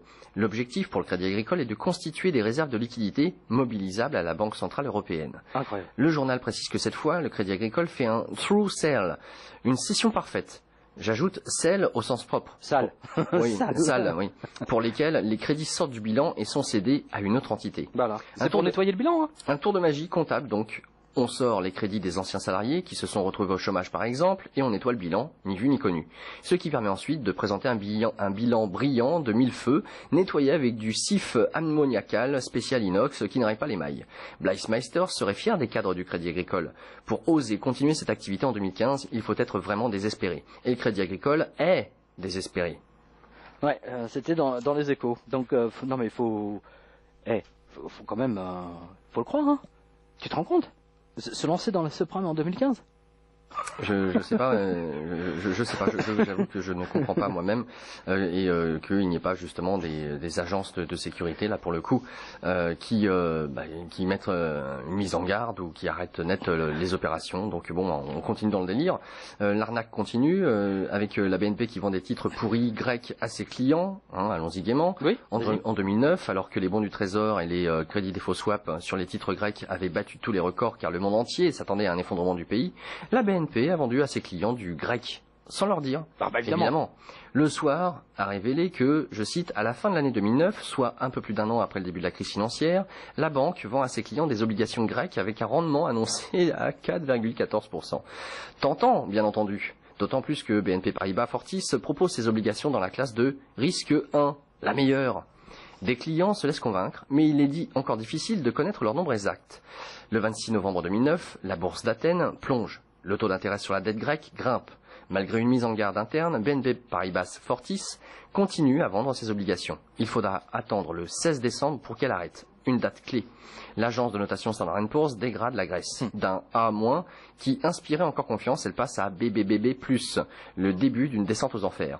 Si vous suivez cette page depuis 2008, vous n'êtes pas surpris. Le journal belge accuse la BNP de s'être débarrassé d'un produit toxique sur des innocents. Ces banquiers sont tous des enfoirés.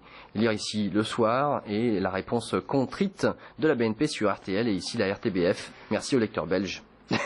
Voilà, encore une information que vous ne verrez pas, bien entendu. Alors tiens, deux autres infos que vous ne verrez pas. Alors, donc c'est notre rubrique banquier voleur. Hein. Alors, un chargé de clientèle. Alors attends, en fait c'est notre lecteur, Monsieur Brougier, qui nous dit il y a quand même une justice quelque part. Nîmes, un employé de banque soupçonné d'avoir détourné à son profit des espèces qu'il réceptionnait de la clientèle pour un montant d'environ 160 000 euros. Quand même, hein. Il a dépassé les 1000 euros, lui, hein, de limite, hein. C'est clair, même les 3000. Remarque, tu me diras, c'est lui qui les posé sur son propre compte, donc il n'a pas de problème. C'est vu confisquer sa maison d'habitation d'une valeur de 277 000 euros par la justice. L'employé a expliqué qu'au moment des faits, en 2013, il était totalement toxicomane à la cocaïne et que l'argent était parti dans sa consommation de coke. L'employé de banque a été remis en liberté. À l'issue de sa garde à vue, j'adore. Vous, il vous aurait jeté en prison direct. C'est clair. Non mais c'est incroyable. Toi, tu voles, tu vois, qui vole un œuf, vole un bœuf, c'est pas du tout la même chose, tu vois. Non mais c'est clair, si tu voles un bœuf, là t'es laissé en liberté, tu vois. Mais tu voles un œuf, là on te met en tôle direct. Hein, voilà. Je suis toujours fasciné par cette justice à deux vitesses. Hein. Voilà, c'était dans le Midi Libre. Hein. Et puis alors dans la même foulée, excuse-moi, j'en ai un autre. Alors c'est au moins le 50e banquet ou 60e, je sais plus. Un banquet de Morlan-Veltz a comparu pour faux détournement et escroquerie devant le tribunal de Charleroi. Durant 4 ans, il a détourné l'argent en imitant la signature des clients. Le préjudice est évalué à plus de 500 000 euros. Ce qu'il y a de génial, c'est que ce n'est même pas la banque qui a découvert la fraude, mais les héritiers d'un client qui est mouru. Voilà. Le banquier a été laissé libre pour qu'il puisse rembourser la banque. C'est énorme. C'est énorme. Non, tu y crois pas. Non, le Crédit Agricole vous prélève aussi deux fois. Méthode Lehman Brothers. Le plus drôle est que toutes les banques, ou presque, utilisent la même méthode pour présenter des bilans positifs chaque fin de mois. Pourtant, je ne crois que ces banques, différentes les unes des autres, utilisent les mêmes ordinateurs et les mêmes logiciels. Hein. Donc voilà. Alors, oui. Vous avez donc une capture d'écran donc du Crédit Agricole. Je cite... Madame, monsieur, vous avez sans doute constaté qu'une anomalie de traitement commise par le Crédit Agricole avait provoqué un double prélèvement de votre cotisation de janvier 2015 et nous tenons à vous présenter nos excuses pour ce désagrément. La MNH est immédiatement intervenue auprès du Crédit Agricole pour que votre situation soit régularisée dans les meilleurs délais et que la somme indûment prélevée soit recréditée sans attente sur votre compte. La qualité de service que nous vous devons, blablabla. Nous tenons d'ailleurs à remercier les nombreux adhérents qui, à l'occasion de cette anomalie, ont souligné la réactivité de la MNH, conformément aux engagements de sa charte satisfaction client. Donc, alors qu'est-ce que la MNH Attends, j'ai pas suivi parce que j'étais sur une autre dépêche. C'est laquelle que tu viens de lire? Pardonne-moi. Le Crédit Agricole vous prélève aussi 2 fois, méthode Lehman Brothers. Ça, je la vois pas. Je ne vois pas cette dépêche, excuse-moi. Parce qu'en fait, j'en étais sur une autre qui est extrêmement importante. Je voudrais qu'on la donne avant qu'on l'oublie. Vas-y. Alors, c'est de l'influence des planches à billets. À nouveau, et de Blind Masters sur le prix du bœuf. Parce que l'INSEE nous dit qu'il y a très peu d'inflation. T'es d'accord? Voilà. Donc, voilà une autre extension, s'il en fallait une, du livre. Puisque, rappelez-vous, Blind Masters avait décidé, à l'époque, de spéculer massivement avec les milliards de la JP Morgan sur la viande bovine, avant qu'elle n'arrive dans votre assiette. Et alors là, c'est un article de Economic Collapse, montre, écoutez bien, mais vraiment écoutez bien, que le prix du kilo de bœuf a doublé depuis le début de la crise, soit depuis 2008. Alors, allez sur quotidien.com, vous avez le graphique, c'est très important. Et c'est la même chose en Europe, facilité par le changement d'étiquetage destiné à masquer les hausses. Voilà. Et donc, Economic Collapse avait commenté un article très technique du Economic Policy Journal et demande très justement à ses lecteurs. C'est la même question que moi je pose régulièrement ici à l'antenne et dans la revue de presse. Est-ce que votre salaire, à vous, chers auditeurs, a doublé depuis lors? Est-ce que votre salaire a doublé depuis 2008? Voilà. Pourtant, la Fed vous parle d'une inflation très basse. Donc ça, c'est les Américains qui disent. Nous, on peut dire, pourtant, l'INSEE nous parle d'une inflation très basse. Début 2009, écoutez bien, le pound de bœuf était à environ 2 $. Donc c'était début de janvier 2009. En février dernier, c'est-à-dire en février 2015, d'accord, donc 6 ans plus tard, il a battu tous les records avec 4,2 $. Voilà. Voici 12 mois, le prix était encore à 3,5 $. Chaque année, l'Américain moyen consomme environ 270 pounds de viande de bœuf.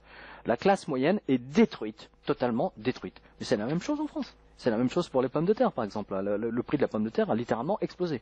Hein, je crois que ça a pris 300 ou 400%. Hein, est-ce que votre salaire a augmenté de 300-400%? Non. Voilà. C'est une très bonne question. Et on voit là, on voit le mensonge des médias, le mensonge de toutes ces télévisions, de toutes ces agences de presse, etc., qui leur appartiennent, qui appartiennent aux banquiers. Le Crédit Mutuel possède je ne sais combien de journaux régionaux, hein, donc ils vont pas parler. L'Express appartient à un banquier, le Nouvel Observateur aussi, Libération est pilotée par un banquier, Les Incorruptibles aussi. Voilà, tous ces journaux appartiennent à des banquiers. Ils vont pas vous donner ce genre d'informations, c'est clair. La radio ici maintenant n'appartient pas à un banquier. Ça c'est sûr. C'est clair. Alors pendant qu'il y en a certains qui... Non mais c'est vachement important. Et ça c'est pour souligner, parce que j'avais vraiment insisté là-dessus. L'action de Bladmaster sur le prix du bœuf. Et voilà le résultat de l'action de Bladmasters. Voilà comment les banquiers se sont sucrés. Elles ont volontairement augmenté le prix du bœuf. Elles ont multiplié par 2. Non mais c'est dingue. C'est écœurant. C'est écœurant. Ça devrait être interdit. Les banques, ça c'est le résultat de la régulation des années 80, de la dérégulation pardon des années 80, où les banques ont obtenu la permission justement de spéculer sur le prix de la viande, etc. Hein, voilà. Blight a été le summum de tout ça. C'était la patronne des matières premières, le jus d'orange, le lait, tout y est passé, Donc la viande de bœuf, le hamburger, hein, donc évidemment c'est le truc que les Américains consomment le plus, hein, voilà. C'est quand même incroyable. Hein, donc, mais vous, votre salaire, hein, chers auditeurs, il a pas fait du 200% depuis 2008, hein, ni du 400. Les banques continuent à tomber grâce au CDS. Donc, on continue. D'un seul coup d'un seul, les CDS de Bladmasters sont revenus dans l'actualité. Bloomberg nous a ainsi appris que la faillite de la banque allemande Hypothekenbank de Düsseldorf est due à un appel de marge d'Eurex, le plus grand marché européen de produits dérivés. Donc il y a un petit passage en anglais dont je ne vois pas. Voilà. Le gouvernement allemand a éteint l'incendie, mais ce fut limite.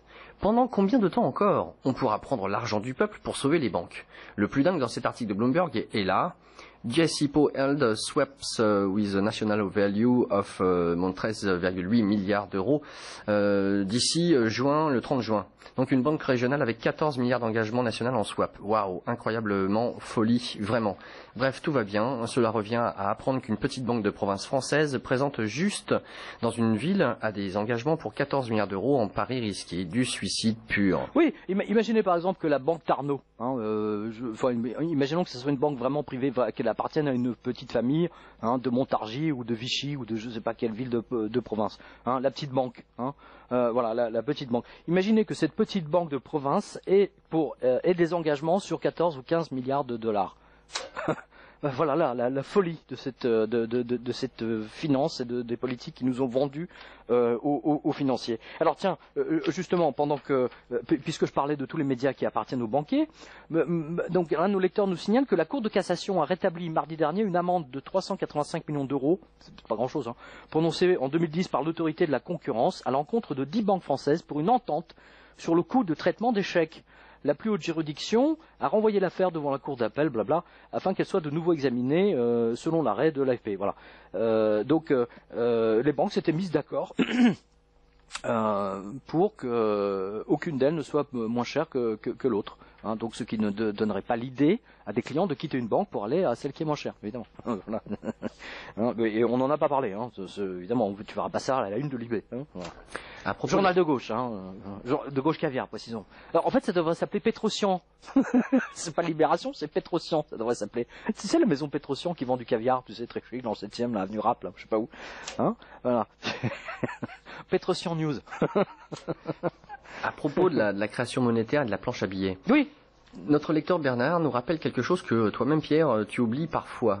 Oui, parce que c'est tellement évident que j'oublie d'en parler.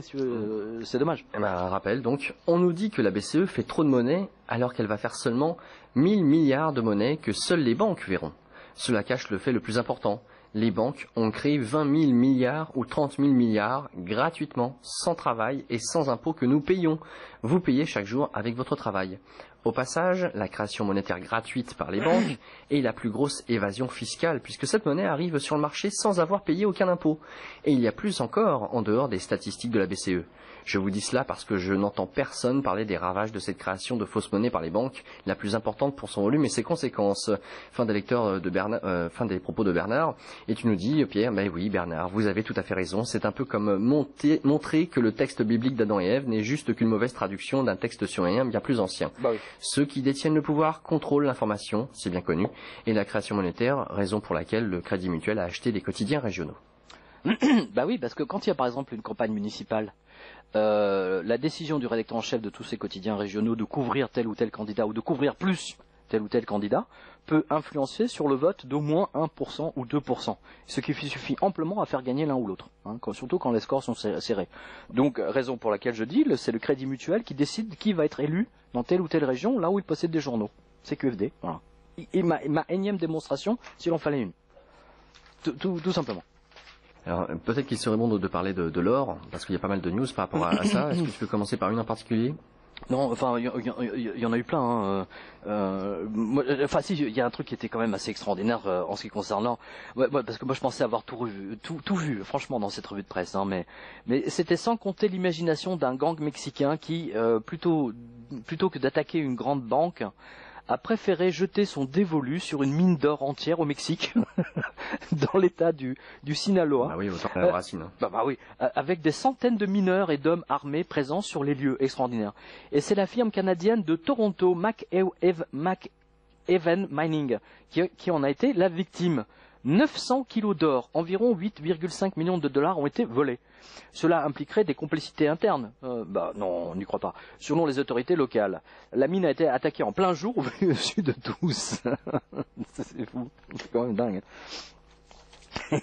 Alors ensuite, à la lueur du livre 666, donc appréciez cette décision du ministre des Finances indien. Regarde bien. Pour limiter les importations d'or et monétiser d'importantes quantités de métal précieux, le ministre indien des Finances Arun Jaitley a annoncé 3 nouveaux programmes dont la mise en place d'obligations échangeables contre de l'or et porteuses d'intérêt fixe. Tu vois, on veut récupérer l'or solide pour leur donner du papier. C'est plus fort qu'eux, hein, t'as vu ? Hein, voilà. Pourquoi ? Parce que les Indiens consomment énormément d'or. Tu vois, c'est un mariage indien. Si la mariée, elle a pas des petits lingots en ceinture autour de sa taille, sa vie est ratée, son mariage est raté. Tu vois, ça se fait pas, quoi. C'est pas sérieux. Il y a même des couples indiens qui, quand ils se marient, louent la ceinture en or. Tu vois, parce que ça porte bonheur, hein, voilà. Mais il est préférable que ça appartienne. Bref, la consommation d'or de l'Inde explose bien entendu la demande. Donc les Américains, du coup, ont du mal, ils peuvent trafiquer le cours autant qu'ils veulent, mais ils ont beaucoup de mal à la période des mariages en Inde, par exemple. Ceci explique cela. La CIA fait du très bon travail. Hein. C'est absolument Voilà, donc la CIA a compris que ne pouvant rien faire pour empêcher le pays de consommer de l'or au maximum, il fallait trouver un piège à bip pour les forcer à s'en débarrasser au profit du papier-monnaie PQ. Comprenez que la demande des Indiens fait flamber les cours, bien que celui-ci soit massivement manipulé à la baisse par les 7 grandes banques à la solde de la Fed et les émissions d'or papier ETF par toutes les autres. Voilà, et c'est un grand article de Chris Powell via le Hindu Times. Merci à Petros. Voilà. Et puis alors, je vous encourage vraiment à regarder l'interview de Egon von Greyerz qu'on a reçu ici, nous, chez notre ami Max Kaiser à Londres.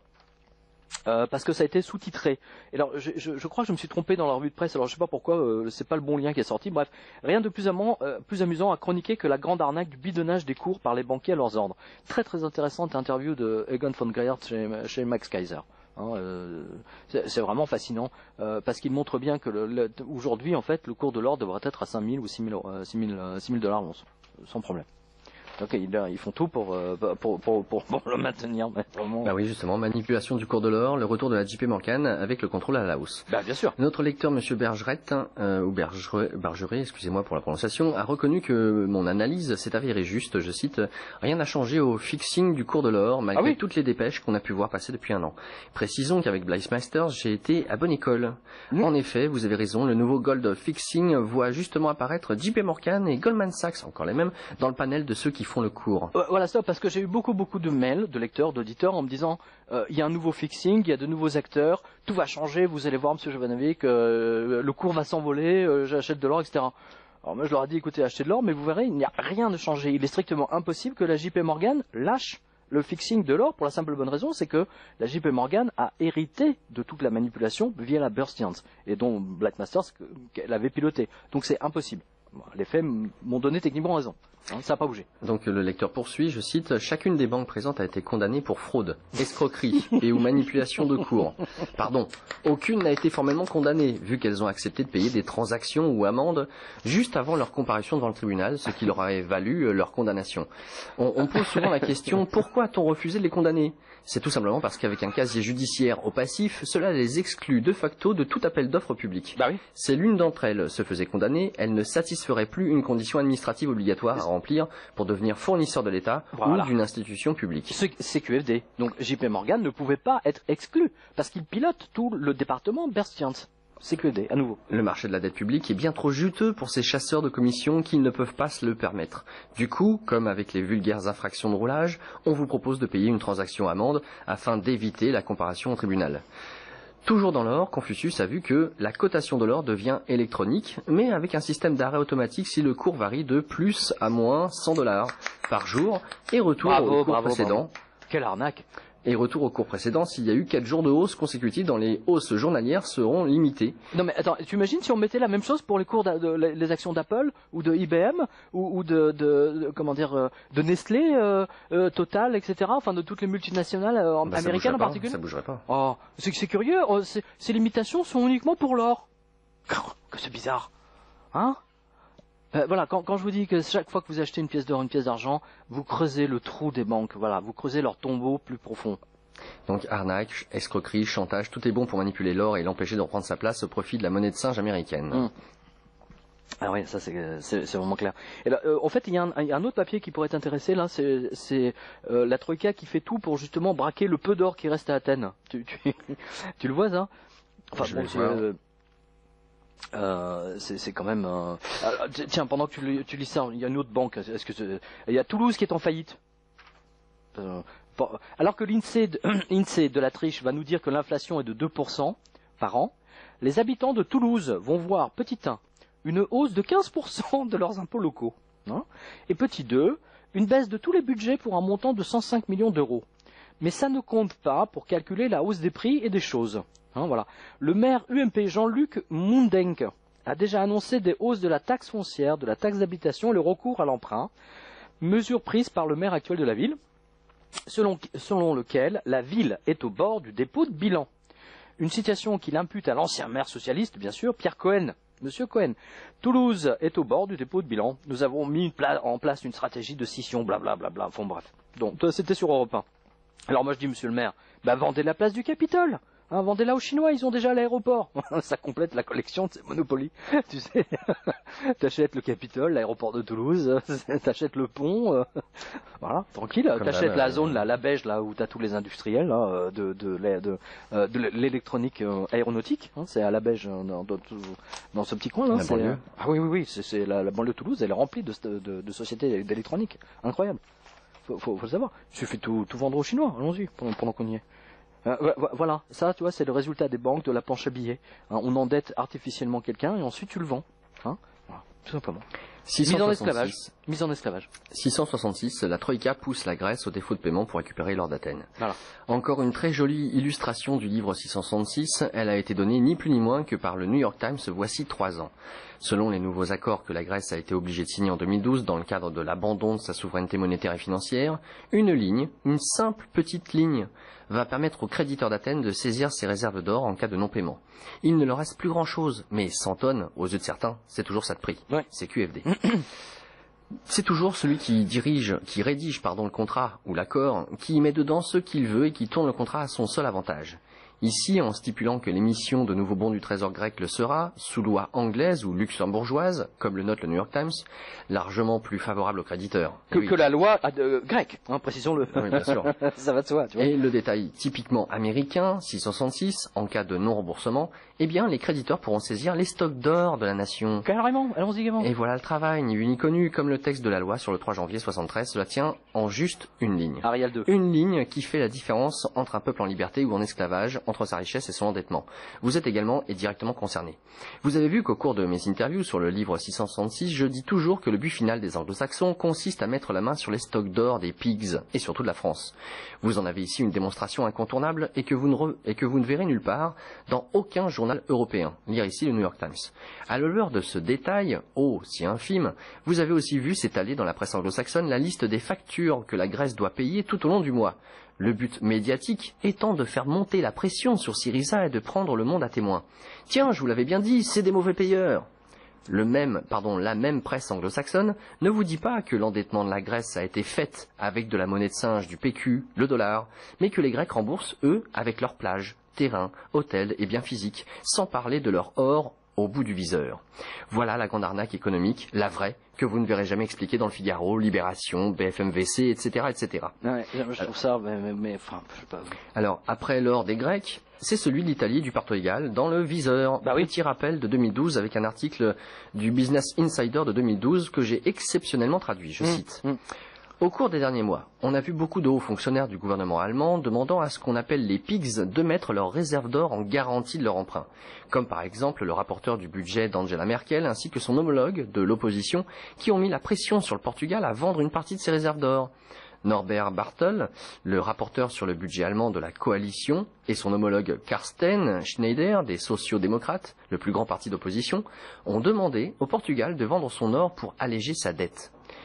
Le quotidien The Irish Times a rapporté en novembre dernier que les ministres des Finances de l'Union européenne ont discuté d'une stratégie plus large de la BCE afin qu'elle sonde la possibilité de prendre le contrôle des réserves d'or de toutes les banques centrales européennes. Absolument. Günther Kriechbaum, un juriste de la coalition d'Angela Merkel, a proposé l'an dernier que l'Italie vende ses réserves d'or pour alléger sa dette. Il y a ici le Business Insider. Stop. Alors c'est très intéressant, tu vois, parce que je sais pas, moi je serais à la tête de la DGSE par exemple, ou même de la DCRI, hein, locale. Hein. Je ferais une enquête très intéressante, tu vois, sur Monsieur Günther Kirchbaum et sur Monsieur Norbert Bartel pour savoir jusqu'à quel point ils sont à la solde de la CIA, tu vois. Bon, mais bon, c'est une très mauvaise idée ce que j'aimais là. Parce que c'est la même chose en France. Hein. Je rappelle que toutes les lois qui ont été votées par l'Assemblée nationale pour empêcher les Français d'acheter de l'or, hein, ça a été proposé par divers députés, sénateurs, etc., etc. Hein, voilà. La méthode est la même. Avec la planche à billets dollars, vous endettez un pays avec la complicité de ses banquiers et ensuite vous leur demandez de vous donner leur or. La plus grande arnaque de tous les temps. Quand vous entendrez les politiques PS ou MP vous parler de l'endettement de la France, vous ne verrez plus jamais les choses de la même façon. Bah c'est clair. Post-scriptum, après l'Allemagne et la Belgique, l'Autriche veut savoir où sont ses réserves d'or et envoyer des fonctionnaires à Londres, à la Old Lady, pour un inventaire.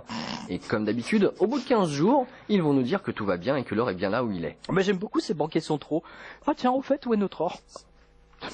Mais de qui on se moque, hein?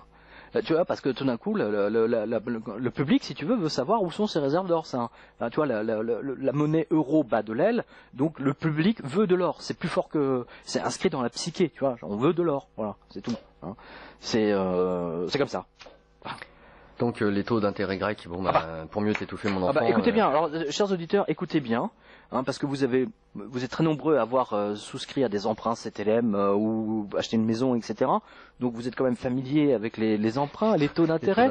Hein, voilà. Alors écoutez bien le taux d'intérêt qui est imposé à la Grèce aujourd'hui. Écoutez bien. Voici les derniers taux d'intérêt pour Yanis Koutsoumidis. Non, ils ont été donnés par Yanis Koutsoumidis. Oui, pour les bons du Trésor d'Athènes qui doit rembourser presque 500 millions d'euros ce 9 avril. Varoufakis a promis ce week-end à Madame Lagarde que le chèque sera au courrier.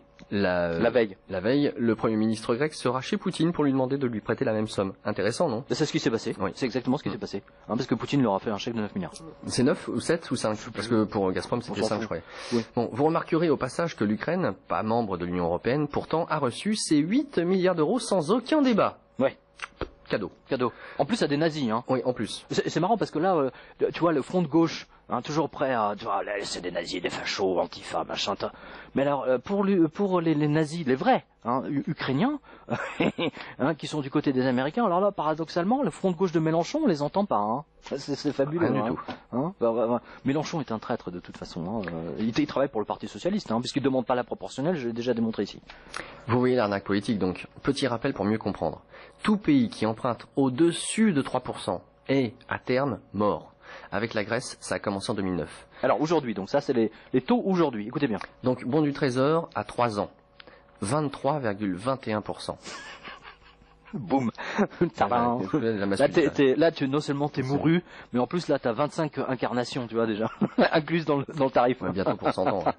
Bon du Trésor à 5 ans, 16,84%. Bon du Trésor à 10 ans, 11,84%. Et bon du Trésor à 15 ans, 11,64%. Incroyable. Donc c'est la mise en esclavage des Grecs, prouvée par les chiffres. Chaque semaine, on nous annonce une sortie de la Grèce, ce qui permet aux traders et surtout au Huffington Post ou Time, je sais pas, ouais, Huffington, ouais, HFT, pardon, non, c'est l'HFT, c'est l'HFT, les High Frequency Trades. Ouais, voilà, merci Pierre. De plumer l'argent des retraites encore plus. De toute façon, de toute manière, cela devrait arriver un jour ou l'autre. Oui. Encore un peu de patience, donc. Bah, moi, je me demande dans quel, je sais pas, parce que, en fait, ce que veulent, on en a parlé ensemble hier, moi, je le dis, enfin, il y a plusieurs papiers que vous pouvez lire, parce qu'on n'aura pas le temps de finir en 10 minutes tout ce qui concerne la Grèce, mais comment dire, Bruxelles veut amener ce gouvernement d'extrême gauche Syriza à la faillite. Voilà. Et donc, soit ils trahissent les promesses, et ils vont les trahir de toute manière, soit ils obéissent aux banquiers de Bruxelles. S'ils obéissent aux banquiers de Bruxelles, c'est le peuple qui va leur exploser la figure. Hein. Donc ça, tout revient au même. Donc techniquement, moi je parie pas très cher sur l'avenir de ce gouvernement grec, d'autant que Varoufakis, j'ai toujours dit ici que c'était un nul, un incompétent, un universitaire qui a jamais bossé de sa vie. Voilà. Et c'est très intéressant d'ailleurs parce qu'il y a un papier qui vient de sortir il y a 5-10 minutes, là, je l'ai vu passer là sur, je sais plus si c'est Bloomberg ou Zero Hedge, justement qui se plaint de l'incompétence de Varoufakis dans les négociations. Voilà. Et donc, en fait, on va vers une crise politique majeure. Alors, soit la Grèce fait un défaut, elle sort, etc. Mais Bruxelles fait tout pour que ça ne passe. Ils veulent des élections. Ils veulent une certaine forme d'être couvert par une légitimité. Ils veulent l'équivalent d'un Sarkozy, pro-américain, pro-Bruxelles. Hein, ils veulent l'équivalent d'un François Hollande, prendre la tête de la Grèce et faire tout ce que les banquiers demandent. C'est tout ce qu'ils veulent. C'est tout ce qu'ils veulent. Il n'y a pas autre chose. C'est pas plus compliqué que ça. Malheureusement. Une question d'un auditeur, enfin c'est 2 lecteurs à propos de la planche à billets criminelle de la BCE. Vous avez vu que personne ne parle de photocopieuse dans les médias. Hein. 2 lecteurs t'ont écrit, 2 Suisses, dont un de Suisse, de Bertichou exactement. Je cite, merci encore pour votre clairvoyance. Je regarde à cet instant la parité euro-dollar. Elle est descendue de plus de 15%. Nous vivons donc un crack monétaire. Oui, c'est hier moi ça. Il est bien temps d'acheter de l'or physique. Je pense que nous arrivons au bout du système. Reste à savoir jusqu'à quand peut-il tenir. En ce qui concerne notre lecteur suisse, YouTube aurait bloqué la vidéo pour la France, allez comprendre. Lecteur suisse, vous serez les seuls à pouvoir la voir. Donc oui, jusqu'à quand Pierre?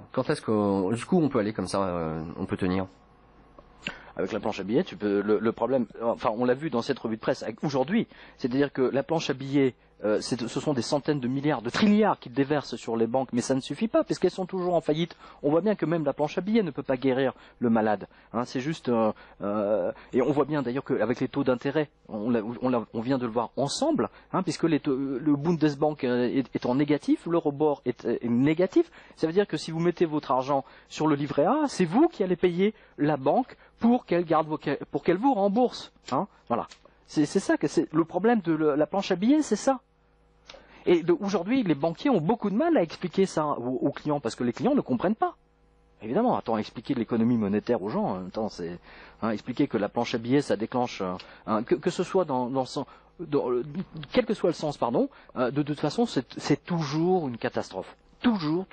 Là, on est typiquement dans le cas de la déflation, par exemple. C'est toujours une catastrophe.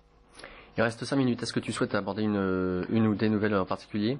Moi, justement, parce que tout à l'heure, en début d'émission, on a parlé de démocratie française, de la fin de la démocratie. Là, je cite je donne l'analyse pertinente d'un lecteur, Monsieur Coincy, qu'on salue, et qui nous dit, écoutez bien, c'est intéressant son calcul, ces chiffres. Voici l'arnaque de l'élection départementale, donc d'il y a un mois, grosso modo, ou 3 semaines.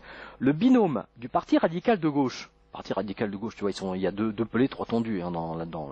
Ça existe, on se demande même comment ça existe. Alors, le Parti radical de gauche a recueilli 64 000 voix au 2e tour. Et ils ont obtenu 63 élus. D'accord ? 64 000 voix pour 63 élus. Le binôme du Front National a recueilli 4 107 000 voix au 2e tour et a obtenu 62 élus. Alors voilà, donc d'un côté 64 000 et de l'autre côté 4 millions, et celui de 64 obtient plus d'électeurs que celui de 4 millions. Voilà l'arnaque. Et voilà pourquoi je dis que Mélenchon est un traître politique. Il est à la solde de François Hollande, du Parti Socialiste, puisqu'il ne réclame pas, il ne court pas tous les studios de télé et radio et ne réclame pas la proportionnelle. Pour gagner les élections, justement, comme Syriza a gagné les élections en Grèce. Les élections législatives en Grèce sont à la proportionnelle absolue. La vraie proportionnelle, la démocratie grecque, telle que Étienne Chouard, etc., et d'autres nous en parlent. La vraie élection démocratique, on va dire. Voilà. Mais il n'y a pas de représentation du peuple. Aujourd'hui, la démocratie est volée par le Parti Socialiste, par les banques et par l'UMP. Et par tous ceux qui vendent le pays aux Qataris et aux Saoudiens. Et aux Américains, bien entendu, au plancher-biais. Et je salue d'ailleurs tous les membres du Parti Socialiste qui ont été, d'un seul, embauchés par des grandes universités américaines à donner des cours aux étudiants alors qu'ils parlent un anglais tout à fait scolaire, voire pas du tout, tu vois. C'est étrange, hein. Ouais. Et c'est des postes à 100, 2000, voire 200 000 ou 300 000 $ par an. Voilà, c'est intéressant. Une autre nouvelle ou pas? Il y en a plein, hein. Attends, il nous reste, je sais pas si tu vois, il y a tout ça, hein. C'est quand même... Oui, tiens, justement, puisqu'on parlait de la planche à billets, ça c'est un rappel via le Canard enchaîné. Alors allez sur quotidien.com, vous allez le voir l'article, parce que c'est un petit rappel qui date de 2013. Les États-Unis et le Japon possèdent presque 50% du CAC 40 grâce à leur planche à billets. Voilà. Et je le dis, mais je ne le dirai jamais assez à nos auditeurs. Toi et moi, avec nos planches à billets respectives, on rachète TF1, ensuite on va racheter RTL, on va racheter Europe 1, et puis nous on va faire la revue de presse pour tous les Français, pour qu'ils soient vraiment informés, tu vois. Le problème c'est que, bien entendu, le gouvernement actuel qui est inféodé aux Américains accepte d'être payé en PQ. Voilà. Non mais il faut bien comprendre ça. Pourquoi il n'y a plus d'informations en France? Voilà. Et pourquoi vous n'entendez pas ce type d'informations, Voilà, donc on a parlé de la banque à l'île Maurice, banque allemande qui a fait faillite. On a parlé il y a encore une autre banque, Espirito Santo, et là c'est une banque espagnole, la Sareb. Tu veux bien lire? Espagnole. Oui, justement parce que je voulais la donner, celle-là j'ai oublié. Donc si la semaine passée c'était la banque mauricienne qui avait déposé le bilan, cette fois c'est une espagnole et pas n'importe laquelle. Les lecteurs qui suivent cette revue de presse depuis quelques années savent que le gouvernement espagnol, pour sauver son système bancaire d'une série de faillites en chaîne, avait réussi dans une banque nouvelle, la Sareb, une bad bank, tous les produits les plus toxiques de la Terre afin de nettoyer, entre guillemets, le bilan des autres. Cette banque pourrie a 51 milliards d'euros d'emprunts immobiliers pourris dans son bilan. Cette mascarade ou maquillage a tenu 3 ans, mais la réalité obstinée des chiffres s'obstine à ramener tout le monde à la réalité. Et cela bien que la banque pourrie ait vendu 10 000 propriétés et commerces en 2014 pour tenter de surfaire, avec la volonté d'en vendre 15 000 autres en 2015. C'est ainsi que le PDG de la Sareb, Madame Romana Belen, avait